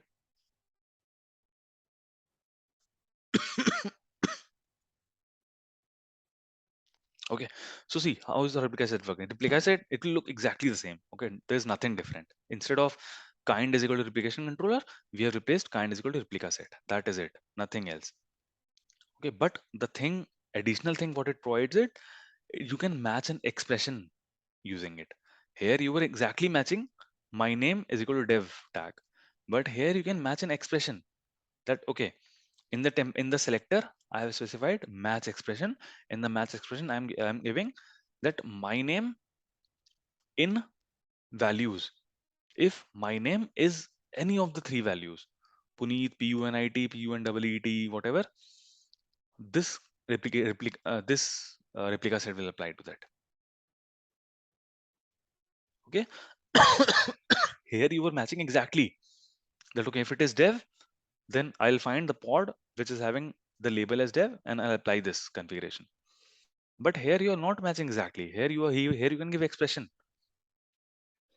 Here you can give expression that if like if you have more number of values, let's you can match expression that if my name is any of the three values, Puneet, Punit, Puneet, whatever. So this particular replica set will apply to it. So this thing is called equality based.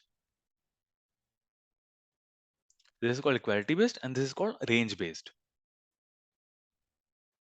Okay. So replica set supports range based as well. Okay. That is the only difference. No other difference. And obviously replica set is a new one. Replication control was the old version. So mostly you will find a replica set only. Okay. Other things are exactly the same. There is no difference. Okay. There is no, not at all any difference there. Okay. Okay. Now let's do a demo of this.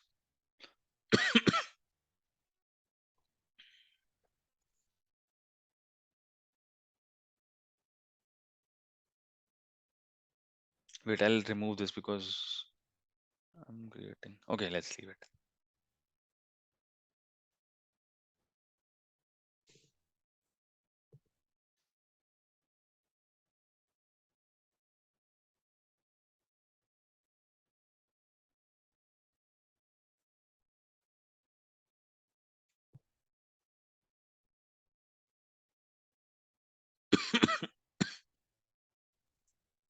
Where was my master? Okay. See, I'm doing everything on my master only. I'm not using any of the nodes. I have to exit from this pod first. Okay, now I'm in my master. So in this example, is the master also is it going to become the replica controller or replica set? No, no, no. Master is just Uh-huh. a node. Okay, master is just EC2 instance. Okay. So whatever configurations we are applying, we are creating an Mm-hmm. object. Okay, that will handle the pods in your worker nodes. Okay, Okay, not all the these master. things are not the master. You can create pods in Okay. the master also, because you see all the things we have deployed on master as well. Yeah. Kubelet and everything we have deployed on master as well. So you can create things on Yeah. master as well, not an issue. Uh-huh. But there is some special configuration you have to use for that. Okay. Okay. Okay. So let's create a replica set. I'm not creating a replication controller, okay, because these are exactly the same. So difference I already told you. It is based on equality based. It is based on range based. Okay, and it is more flexible. Obviously, if it based on range based, it becomes more flexible. Okay, so I'm creating a manifest file. I'll call it cat. Uh, let's call it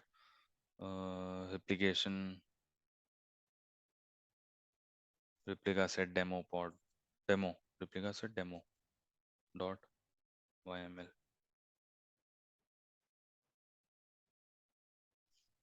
Okay, let's paste all of things here.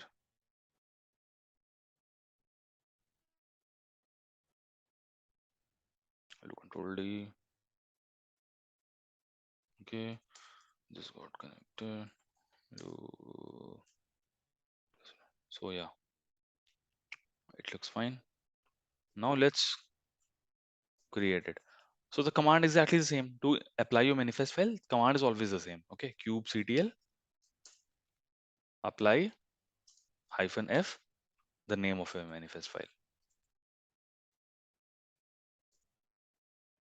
So it says replica set dot apps myrs got created. Okay, so if I do now, how to check if my replica set got created, or how to check all the pods and everything. So all the things can be got there. So Everything in the kubectl, isn't it? Kubectl yes, command. yes, Yeah. all the Get commands are, pods done. Yeah. yeah. So Kubectl. the command for checking the pods what was kubectl get pods. Yes. So ultimately my pods are only getting created using replica set Yeah. only. Replica set is also creating the pods only. So now there are two objects. Yeah. With the same manifest file, I created two objects. One object was Uh-huh. replica set, higher level object is replica set, and lower level object is pod, obviously. And right? So I can see both. Now I can see both. I can do kubectl Yeah. get rs. R. Okay. So see, rs means replica set. This is a short form. Kubectl Okay. get pods is for uh, getting the pods. That also we can do. Mhm. But we'll go with the higher level object. Okay, we created a replica Okay. set, right? So I fired a command kubectl get rs. So it is giving me the name of my replica set. Is only one replica set is there right now in my system. That replica set name Mm. is myrs. Desired is 2, current is 2, ready is 2. 2, what is 2? 2 is the number of replicas I have specified. Number of Okay, pods. number of pods, number of Yeah. replicas. Okay. Okay, call it number of replicas. Okay, Okay. number of replicas. Okay, now if if I want to see, if I want to describe any if the replica set, how will I describe? Kubectl describe rs my the name of my replica set. What was the name of my replica set? My RS, right? So it is giving the things in detail. The name is this, namespace is default, Mm-hmm. selector also it is giving, even environment not in production, or my name and blah, blah, blah, whatever, annotations and pods. See, it is giving replicas. How many replicas are there? Two. Current is two and two are desired. Okay. Pod status, two running, because two pods are running, right? Two replicas I have given. So that means two pods are running. Zero waiting, zero succeed, zero failed. Okay. All these things it is giving. See, or the events, how it started, it created a first pod.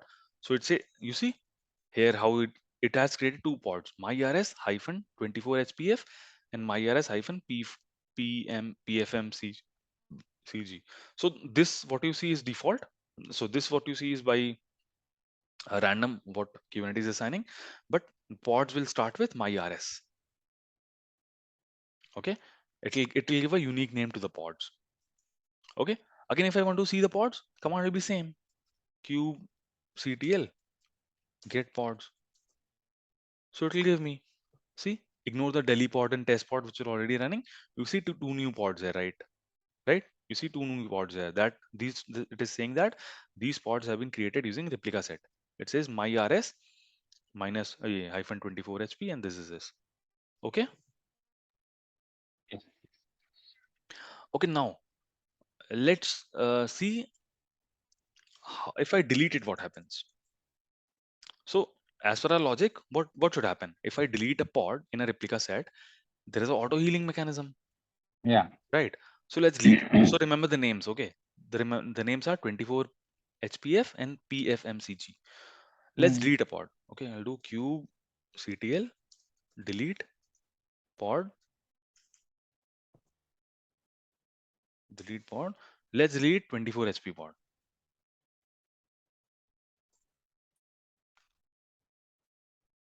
Okay, it allows you to delete, yeah? Yeah, pod you can delete. No, you won't get denied or anything. Okay. No, you will not get denied. Pod will get Mm. deleted. But Okay. since auto healing mechanism is there, a new Mm. pod will come into picture. Okay. So deletion of pod, yeah, it takes 1 or 2 minutes.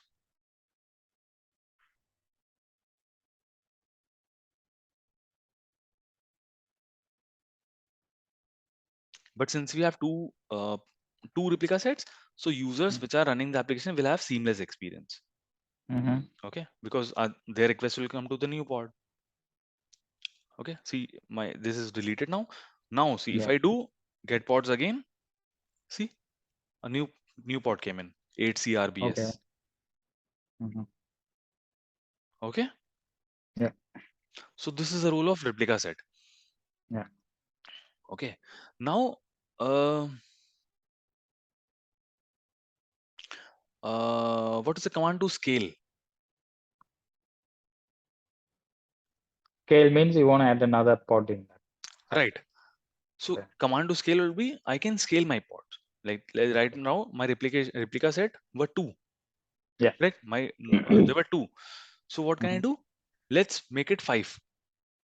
Okay. So what is the command? Kubectl kubectl. scale Okay. RS. hyphen hyphen Okay. replica. I'm just guessing. No, commands are a bit different.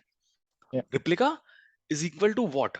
Number of replicas were two, right? Yeah. Earlier replicas were two. Now you Mhm. desired let's make it five. Okay. Okay. Then RS. Mhm. Oh, unknown flag replica. What does it say? Oh, sorry, it's replicas. Uh, where did one go? It's replicas is equal to five. Okay, sorry. Mhm. It says event.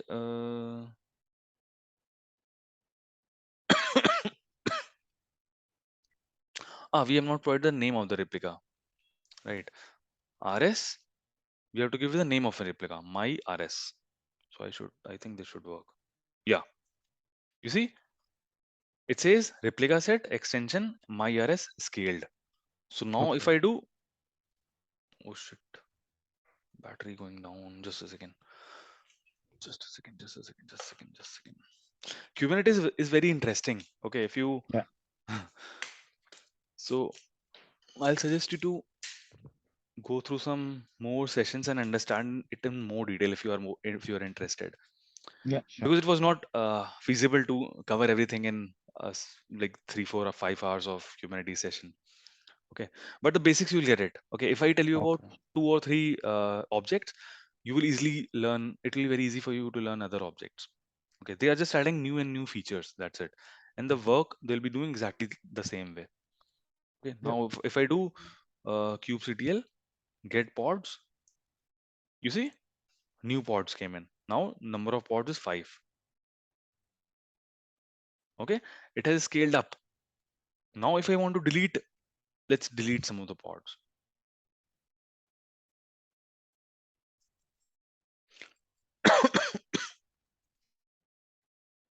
Let's delete this. I do not let me delete multiple in the same window. It takes some time. So yeah, it's easy, right? Since now the replicas have changed. Number of replicas you specified was 2, so now you have made it to 5. So that is how you scale it.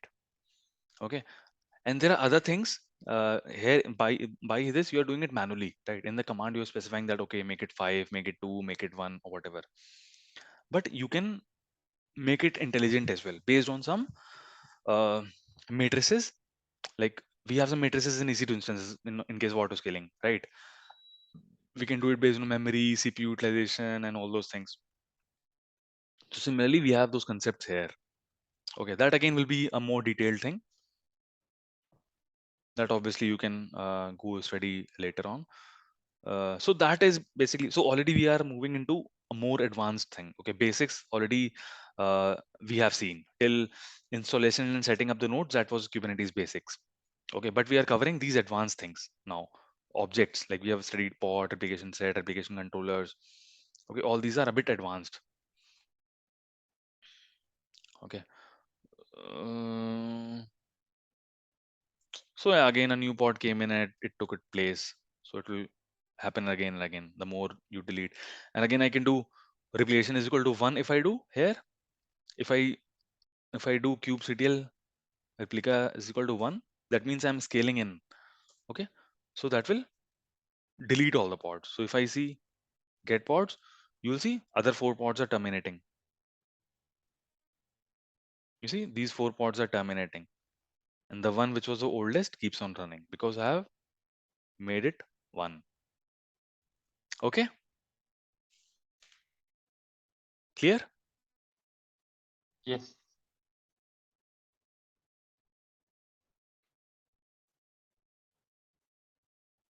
So it randomly terminates here, like, oh, it's just. Not randomly. Hmm. The pods which come which spin up latest, they will be Mm-hmm. deleted the first. Okay, Okay. but obviously there are some other configuration where you can specify, like even in EC2 instances you have this, right? When you can specify some of the conditions when you are going into Mm-hmm. more advanced thing in EC2 instances. When you are doing the auto scaling, there you can define Yeah. that Mm-hmm. when the scale in happens, the pods which were created last will get deleted first. Okay, Okay. so here also you have such similar configurations.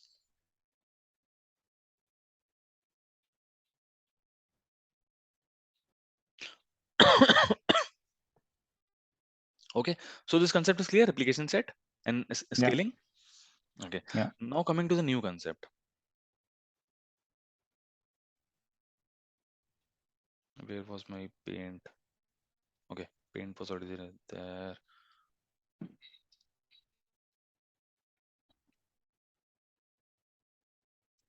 Okay, so these are two objects: replication controller and replica set. We use replica set only mostly. Replication Mm-hmm. controller we don't use anymore. Like people might be using it, but replica set does everything that a replication controller does. Plus, it is the latest one. So you should use replica set only. Okay, coming to the next object, that is called deployment object. Okay, now we have seen till now we have seen two features, scaling and replication. Now let's say you deploy an application. Your application will be running in a container, and that container will be wrapped in a pod. Okay, so you deployed an application in this pod.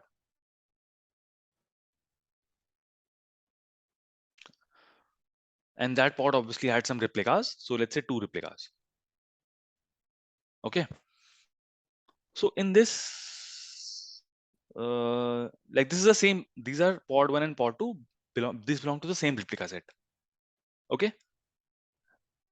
It's clear now. If I say these pods belong to the same replica set, do you map it to what we saw right now? What we saw, what we saw in demo just now? Yeah, yeah. Okay. So let's say these two pods belong to the same replica set. That means these two are replicas of each other. Okay. So there is an application deployed inside the container. Let's call that application as V1. V1 version of this application was deployed here. Okay. And here also, obviously, same V1 will be deployed here because these are replicas, right? Oh, why did I write V2? Oh shit. I should have written V1.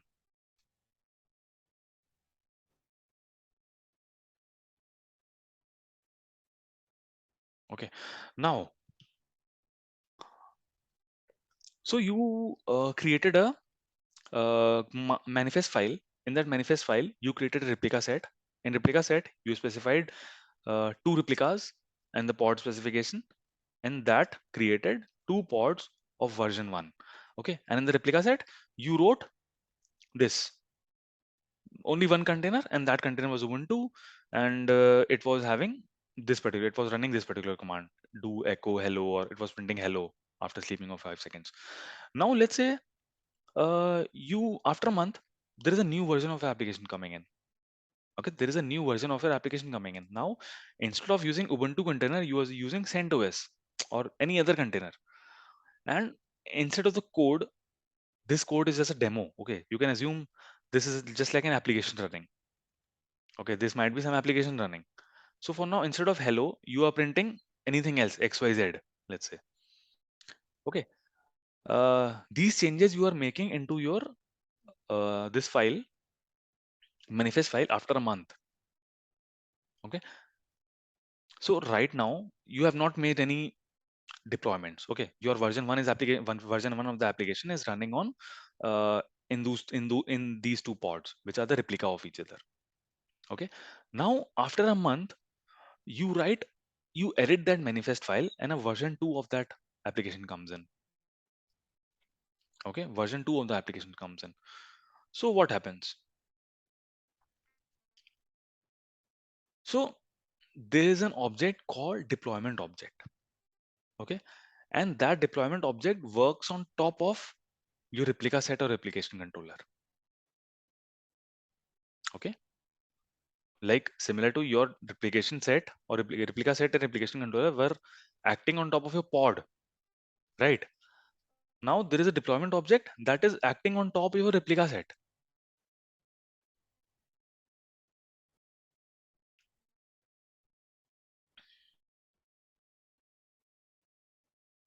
Okay, see how I show you.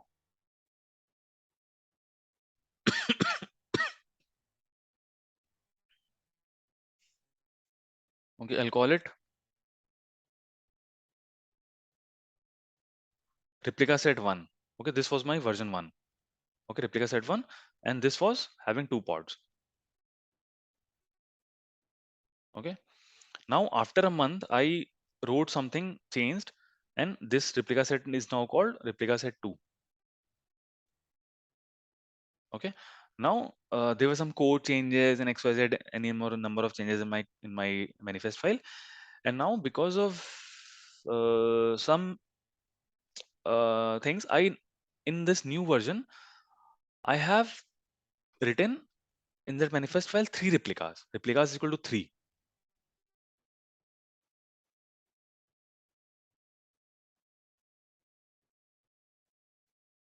Okay, this we call it as v2.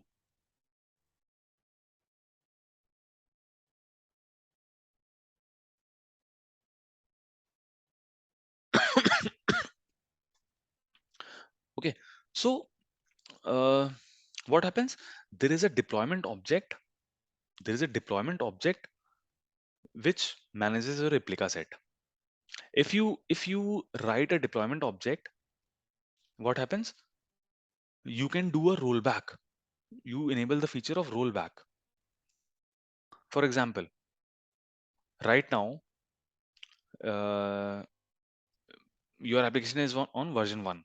Okay, your application is running on 2 identical pods, which is managed by replica set 1.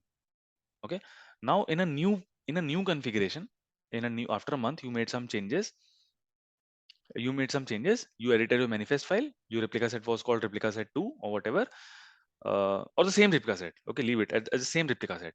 Okay, and in the same replica set, you made some changes in your container, in your application. Okay, now Kubernetes is very smart to understand that it is version 2. Okay, now if you have a deployment object, what Kubernetes will do? Kubernetes will stop this replica set. It will not delete. It will just stop this replica set and start running this replica set with the latest one, which is the latest one. Okay, Yeah. now after 20 more days, after you deployed to version 2, and after 15 days after that, you found that, oh, this is not working properly. This is not working properly, and I need to shift to my old version. So you can, so since Kubernetes has not deleted it, the first replica set, it has just stopped it. Your pods are not running right now there, but your replica set is there somewhere in the memory. Your replica set is there in somewhere in the memory, but your pods are not running in that old replica set. So what Kubernetes will do? Kubernetes will just shift to old version, and old version will be exactly carrying version 1. Okay, this would not have been possible if you are not using a deployment object. Clear? Yes. So let's do it with a demo. You will understand. Okay.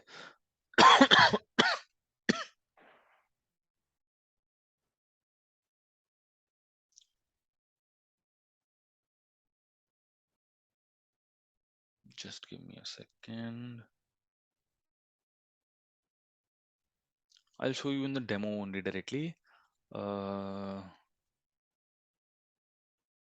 was my controller?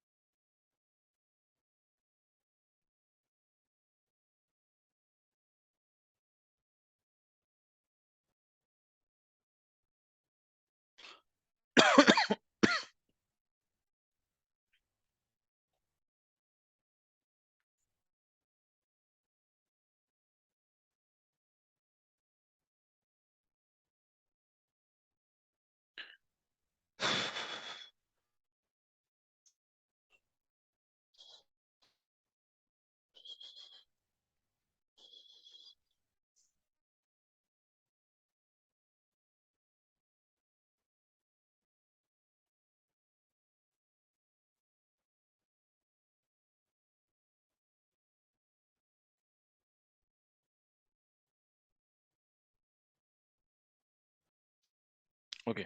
So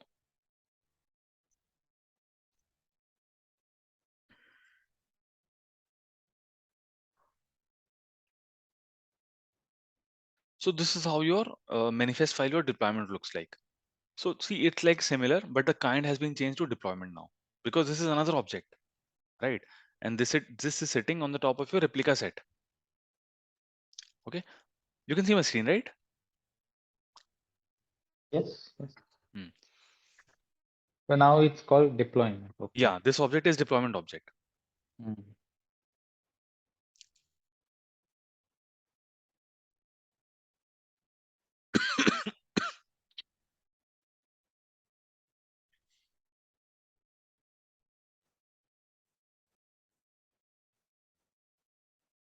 So let's show you directly with the demo. So here it's clear, right? It's API version same, metadata.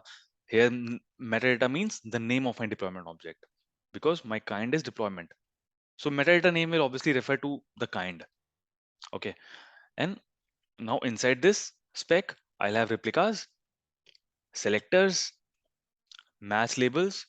Okay, here we have match labels. Okay, this is the new field. What we have here is match label. Okay, here it was selector.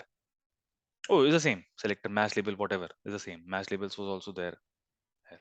It's just for matching the label. Okay, so for see here we have the name as deployment, and in the template also we have the pod. The same thing exactly, nothing different. Okay, it's the same thing. And here also concept remains the same. So it will see that the deployment, if this particular selector matches this particular pod label, only then this deployment object will apply to that. Okay, very straightforward. The only thing is I have used deployment object now. So let's run it. You will get a more idea of it. Okay, so let's go back to my master.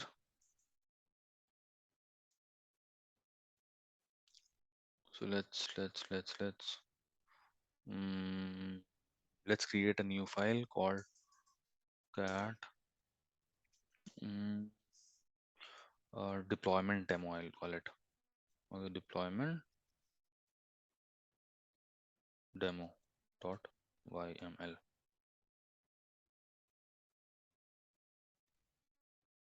Okay, I'll write all this content there. Oh, sorry. Extra characters. I press Control D. Okay, just to check vi deployment demo. Yes, it's in place. So again, the command will be the same. Oh, just a second. Let's edit the pod name because the pod name might create a conflict because this is a name of the pod is test pod. I already have test pod in my. So let's call it. Mm, I'll call it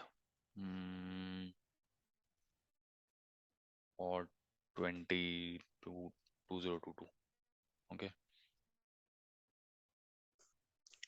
So the command to apply will be the same. Kubectl apply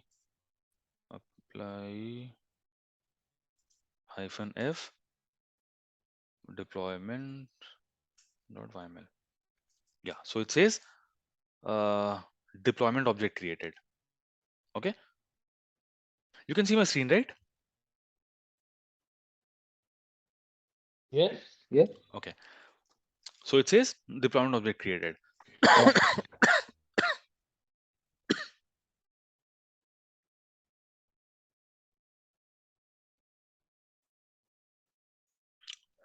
So again, the command to see the deployment object will be kubectl get deploy.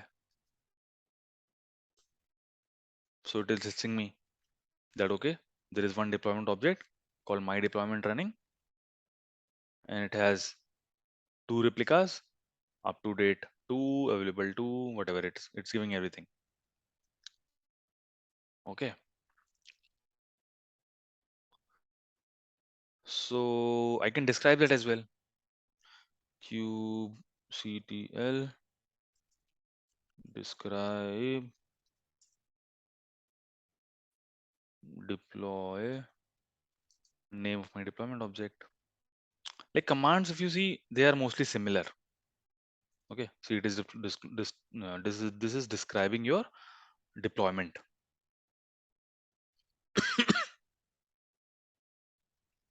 Okay, but now I told you right, deployment sits on top of what? Replica set. Okay, deployment sits on top of replica set. So what are the things you will see here? You see replicas. You're not seeing the pods. Notice you're not seeing the pods here.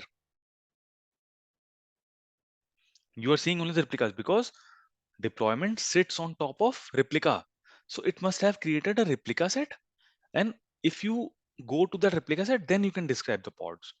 Means there in the replica set, if you describe, then you will get to see the pods there. If I do kubectl get pods, obviously you will see all the pods which are running in each instance.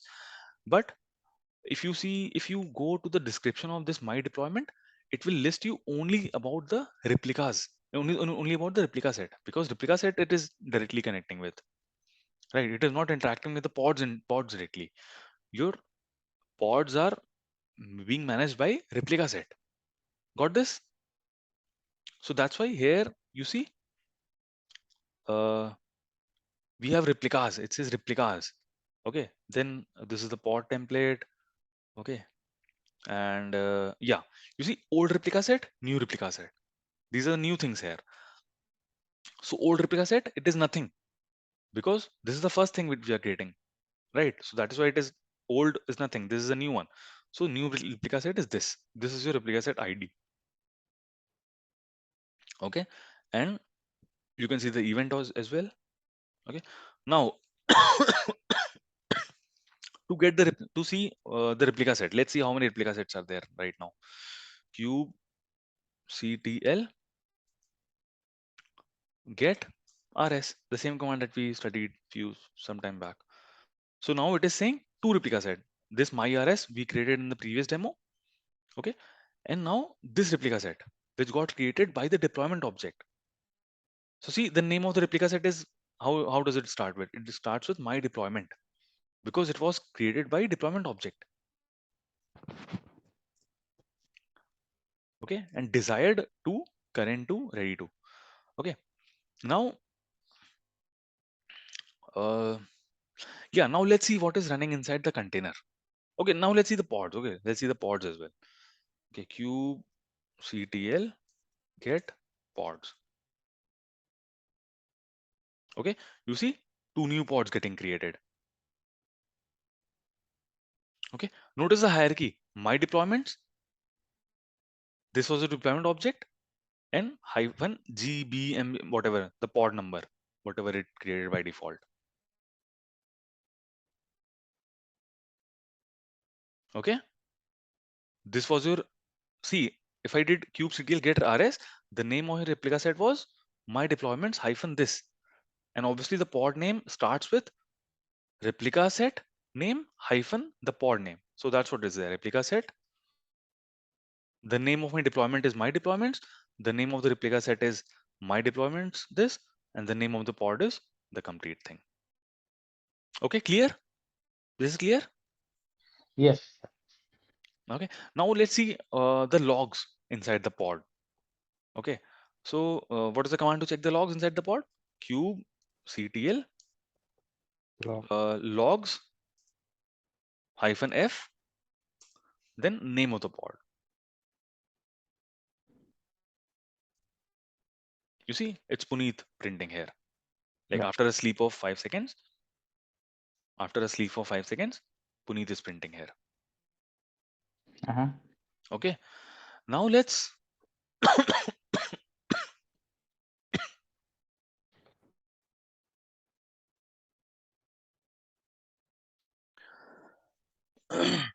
so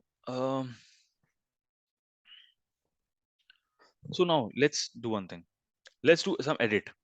Now that's the idea of replication. Now that is what the idea of deployment is, right? Deployment object.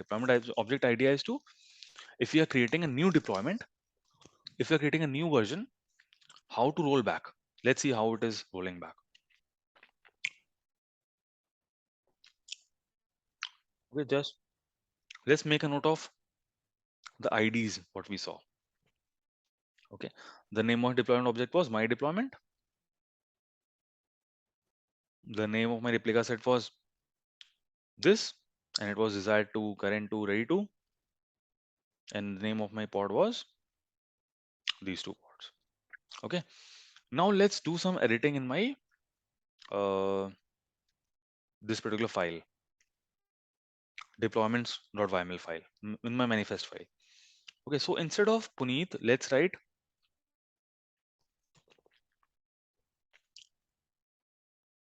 Kubernetes.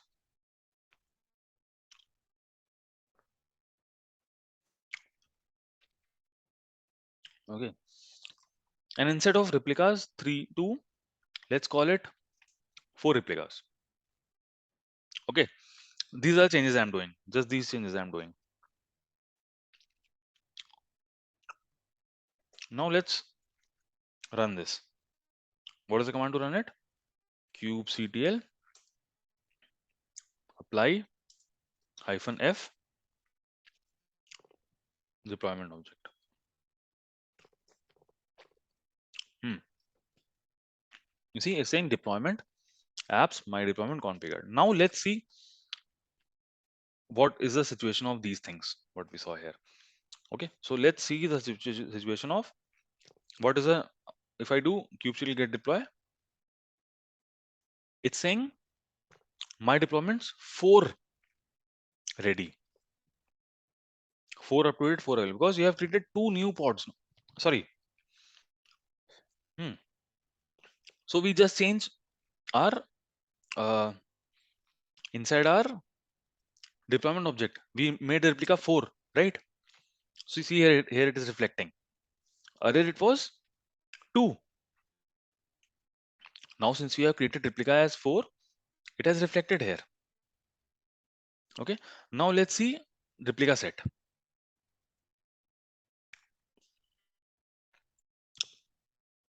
Hmm. This was my old replica set.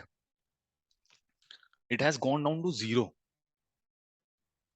You see, it has gone down to 0 and a new deployment has come in. This is my version 2. Okay, and this version 2 is having 4 pods. This was having 2, but those 2 have been deleted now. Those 2 pods have been deleted now. A new deployment object has come in of version 2 that is having 4 replicas. Okay, that will be more clear if you see the number of, now if you see the pods. If I do kubectl get pods, see the pod ID has also been changed. The pod ID also has been changed. Earlier it was these 2 pods. You see, this was a different pod. Now these are the 4 new pods that have come in. Now if I check the logs of these pods, what is the command to check the logs? Kubectl get, no, sorry, logs apply, no, logs -f, sorry, apply, I'm using logs -f,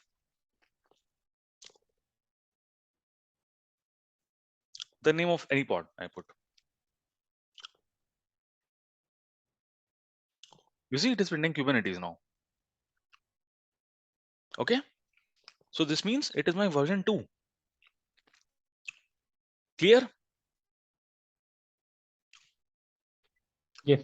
Clear, guys? Okay. Now, if I want to check, if I want to um, check the rollout status. Rollout status means the history, you can say. So the command would be kubectl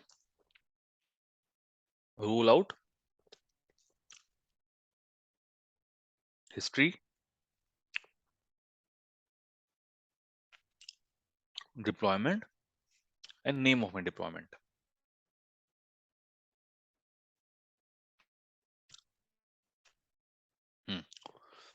See, it is giving me 2 revisions. There was first revision and there was second revision.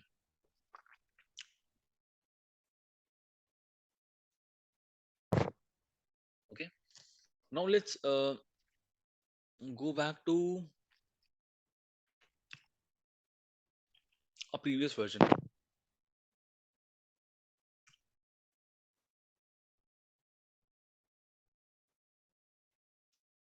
Here also those things will apply. Okay, replicas and everything will apply here also. Here, if I also want to change the number of replicas, so right now, how many replicas were there? Four, right? Right now, number of replicas were four. Oh, sir, sorry. In the deployment object, if I see the number of replicas, oh, sorry, get rs, get deploy. So it's saying four, right? I can always go and reduce it. I can always make it three. Again, I can scale it in with the same command. The command again would be cube ctl, the same command that we used there. Scale hyphen hyphen replicas is equal to 3. Then which object I'm using? Deploy object. And what is the name of the deploy object? My deployments. So it says that error unknown command kubectl. Eh?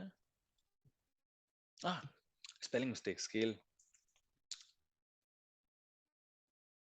It should have given also unknown command scale. Sorry, right. CALE.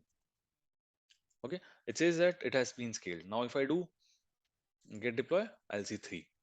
Okay. So the command stays the same. If you want to apply your scaling on your replication object, you can do that. If you want to apply scaling on your deployment object, you can do that. Ultimately, number of pods will only get changed.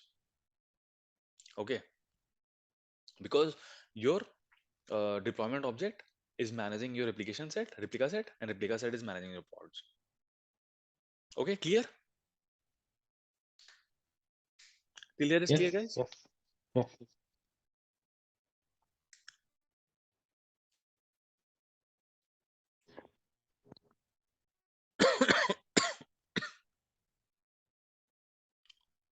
Okay, now let's do a rollout. Rollout means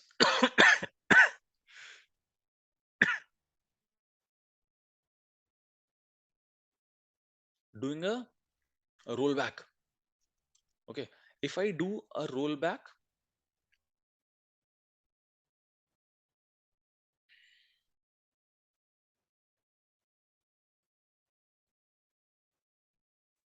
that means I'm going from version 2 to version 1,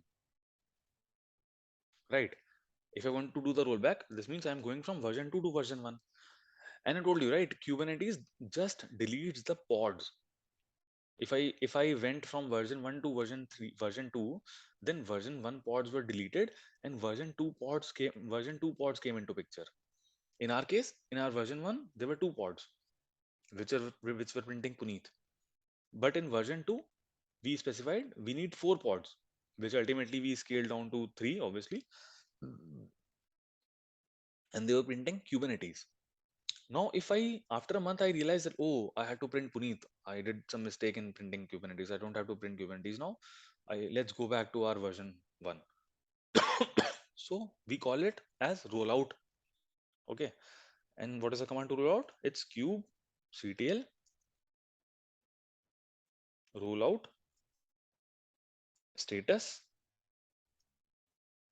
deploy, because you deployment because you will use a deployment object to roll out, right? Kubectl rollout status deployment and name of your deployment object.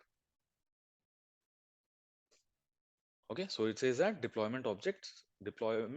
my deployments successfully rolled out. So let's see now everything, all the things that we saw that time. Let's see again everything. So the first thing what we saw at kubectl get deploy. Okay, so obviously it is showing my deploy, and notice the number of pods have not been changed. In my version 1, I specified 2 pods, correct? But ultimately after that, what was the latest number of pods in my what was the latest number of replicas? There were 3. The latest number of replicas will not change, only the version will change. Okay, now all these 3 replicas will be on version 1. Let's see how. Okay, we see that Kubernetes kubectl get deploy. It gave me because obviously this is my deployment object, and here it is showing the same because I did not change anything here. Now let's do rs. Hmm. Hmm.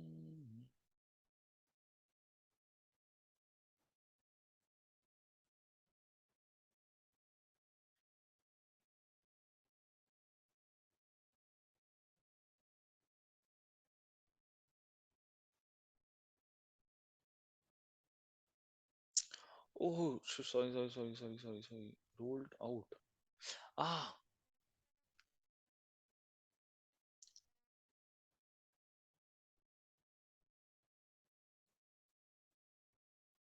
sorry. Roll out means I mm, it was slip of my tongue.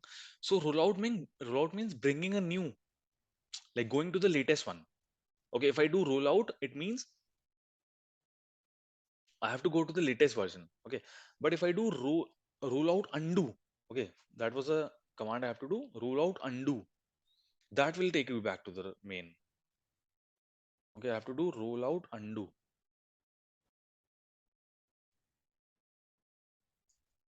Sorry, roll out undo means a rollback.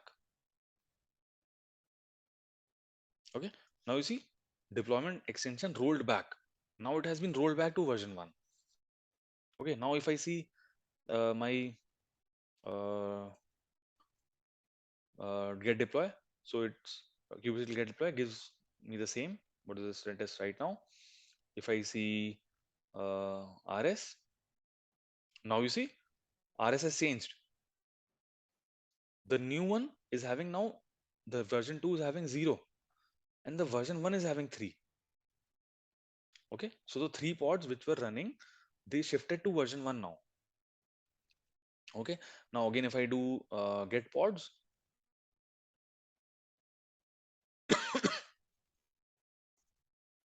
so obviously they will reflect to the old one. Okay, obviously these IDs will not be exactly the same as old one. Let's see if they are same or not. 1575 TB and VV, if they are the same or not. No, they are different. Okay, so obviously but these are belonging to my version 1 only. You see my deployment version 1. Okay, if I want to go and check the logs, so the command would be kubectl get logs, kubectl logs -f, and name of my pod, and they will again start printing Puneet. Okay,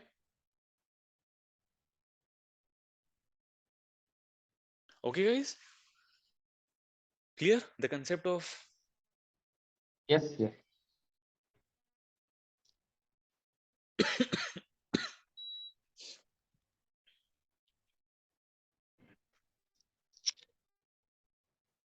Okay, so this was the concept of uh, deployment. So we studied 3 objects, basically 4 objects: pods, uh, replication controller, replica set, and deployment. Okay, now comes a difficult part of it. Okay, so the volume concept, I'm not covering it here again because the volume concept will be similar to what we studied in Docker. Okay, things would be a bit similar, not totally similar, but that will mean I'll go into like the whole certified Kubernetes administrator course. So I'll not be covering everything, but uh, networking part also I'll not be going into a lot of detail because that will confuse you a lot for now, and obviously that will take around 20 30 hours more. So just the basic I'm giving you right now about this uh, networking part.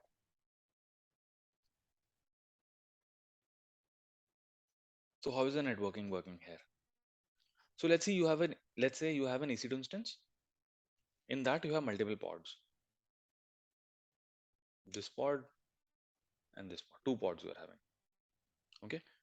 This pod is having 2 containers, container 1, container 2, and this pod is having 1 container, only 1 container, container 1. Okay. Now we know that, right? If uh, whenever we create a pod will get an IP. Okay, pod will get an IP. So let's assume the IP of this pod is 10.0.0.0.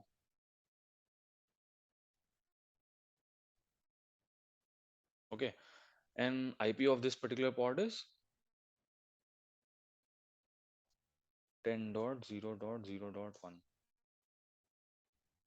Okay, These are two pods, and when I created these two pods got an IP of them for them. Okay. Now, how the networking thing is happening. So let's say I have an application deployed in this container. Okay, I have an application which is deployed in this particular container here.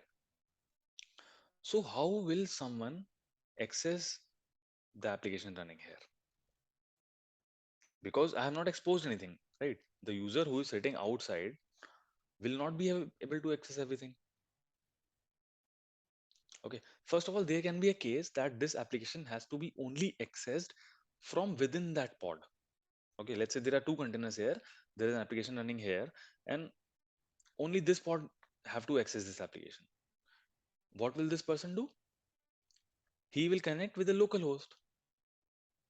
He does not need a IP, right? This particular container, to communicate with this container, it does not need an IP, because if you are in the same home, you will not need the person's address to communicate to talk to him, correct? Because you are in the same home, obviously.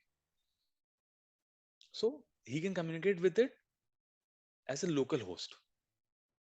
Okay. Obviously, we have the concept of port that we have studied in Docker.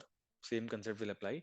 If this uh, if this particular container is exposing port 80, okay, this particular container is exposing port 80, and uh, this the container 2 can connect with this uh, container by using localhost colon 80. Clear? This is clear, Prakash Shah? This is clear. Yeah, yeah, yeah. Okay, this communication can easily happen with a localhost because they're in the same pod, they're in the same room. Yeah. Okay, Yeah. they don't need to communicate with the IP. But Mm-hmm. let's say they are in this different pods. Okay, let's say this application has to connect to this. So obviously they will connect using IP. So when I'm sitting in the this pod, okay, if I'm sitting in this pod, so there is a some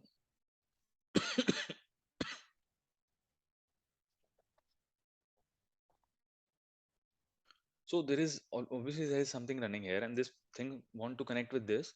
So obviously what will do? It will connect to 10.0.0.0 colon 80. So this application can be accessed.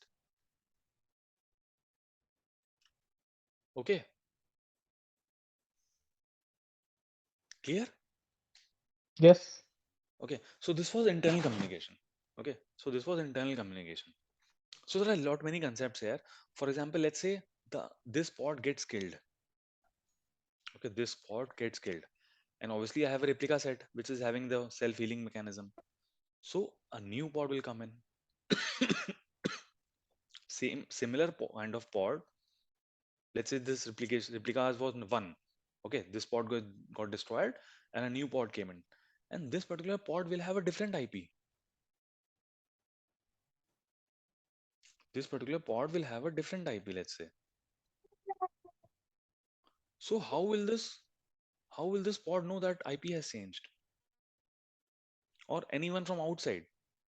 How will okay anyone a person from outside can also enter into this application. Okay, now but how will this person know that the IP has changed?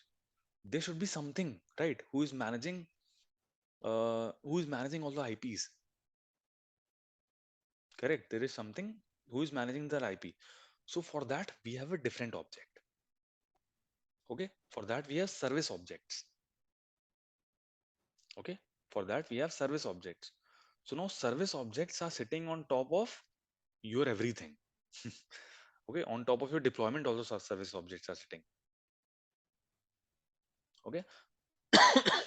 Now there are four types of service objects: cluster IP,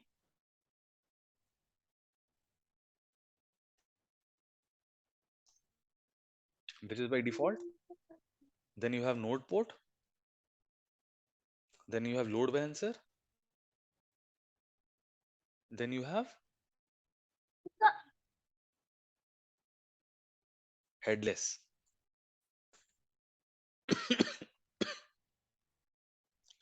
These are the four uh, service. objects we have. Okay, so so cluster IP is by default. So I'll not go into a lot of detail, because if I go into detail, like, that will be like going inside uh, going inside a cave. Like, there are so many things here. It's a huge topic. It's a huge networking. Kubernetes networking is a huge topic.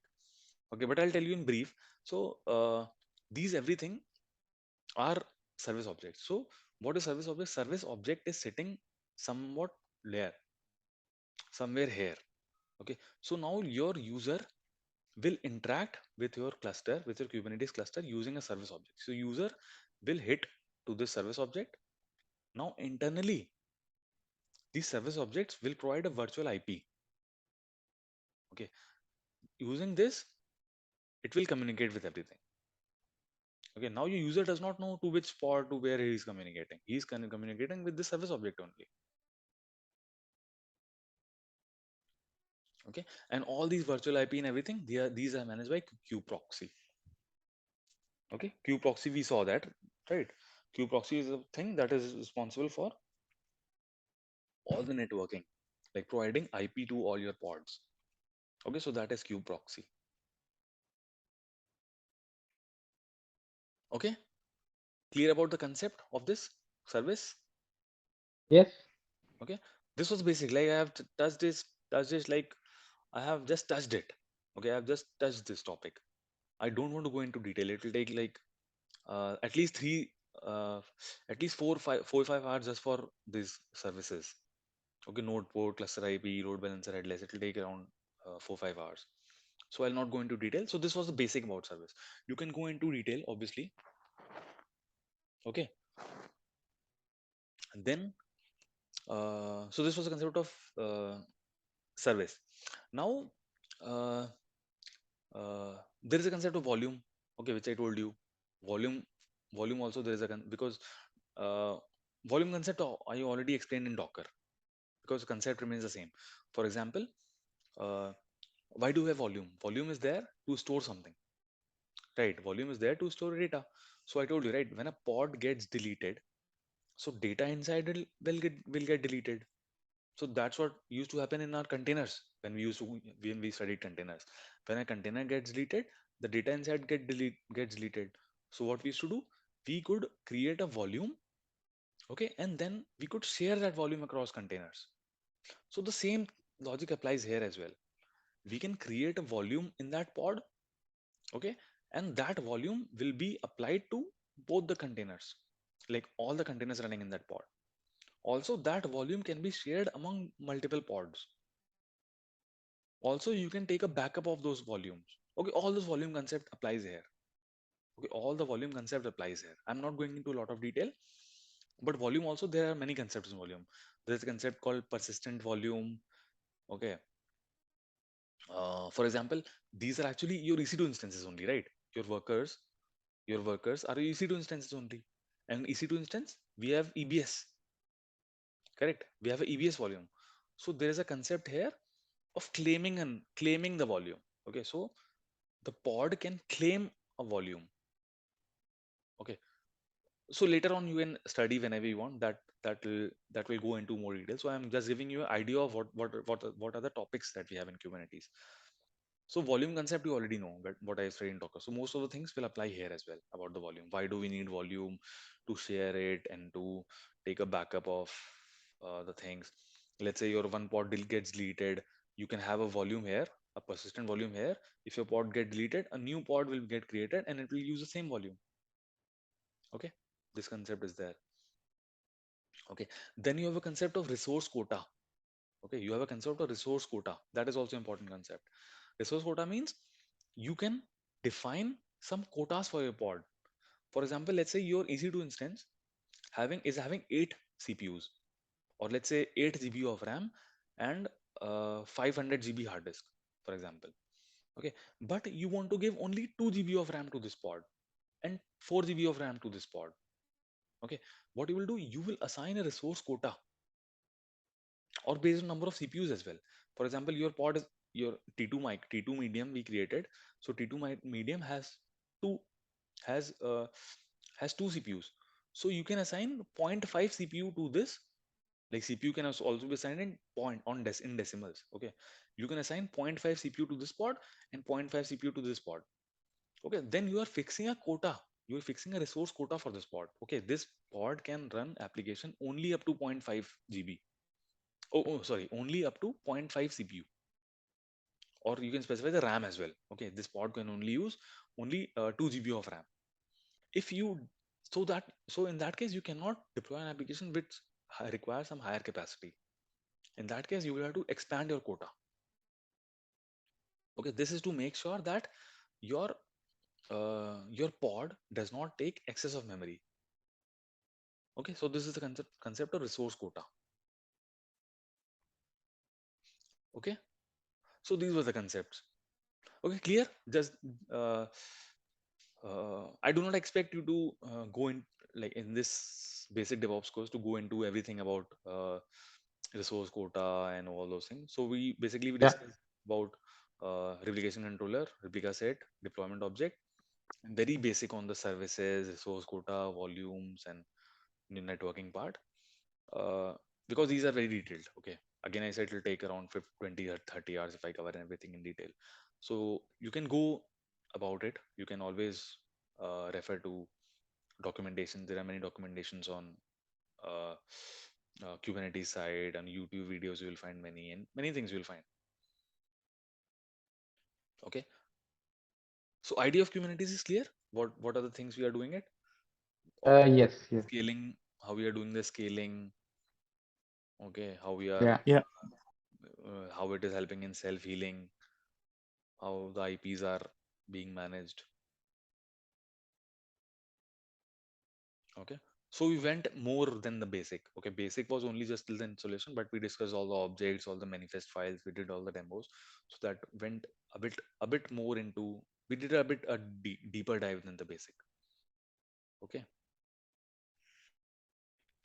Okay. So most of our syllabus is complete. So the pending part is uh, let's see what are the pending parts.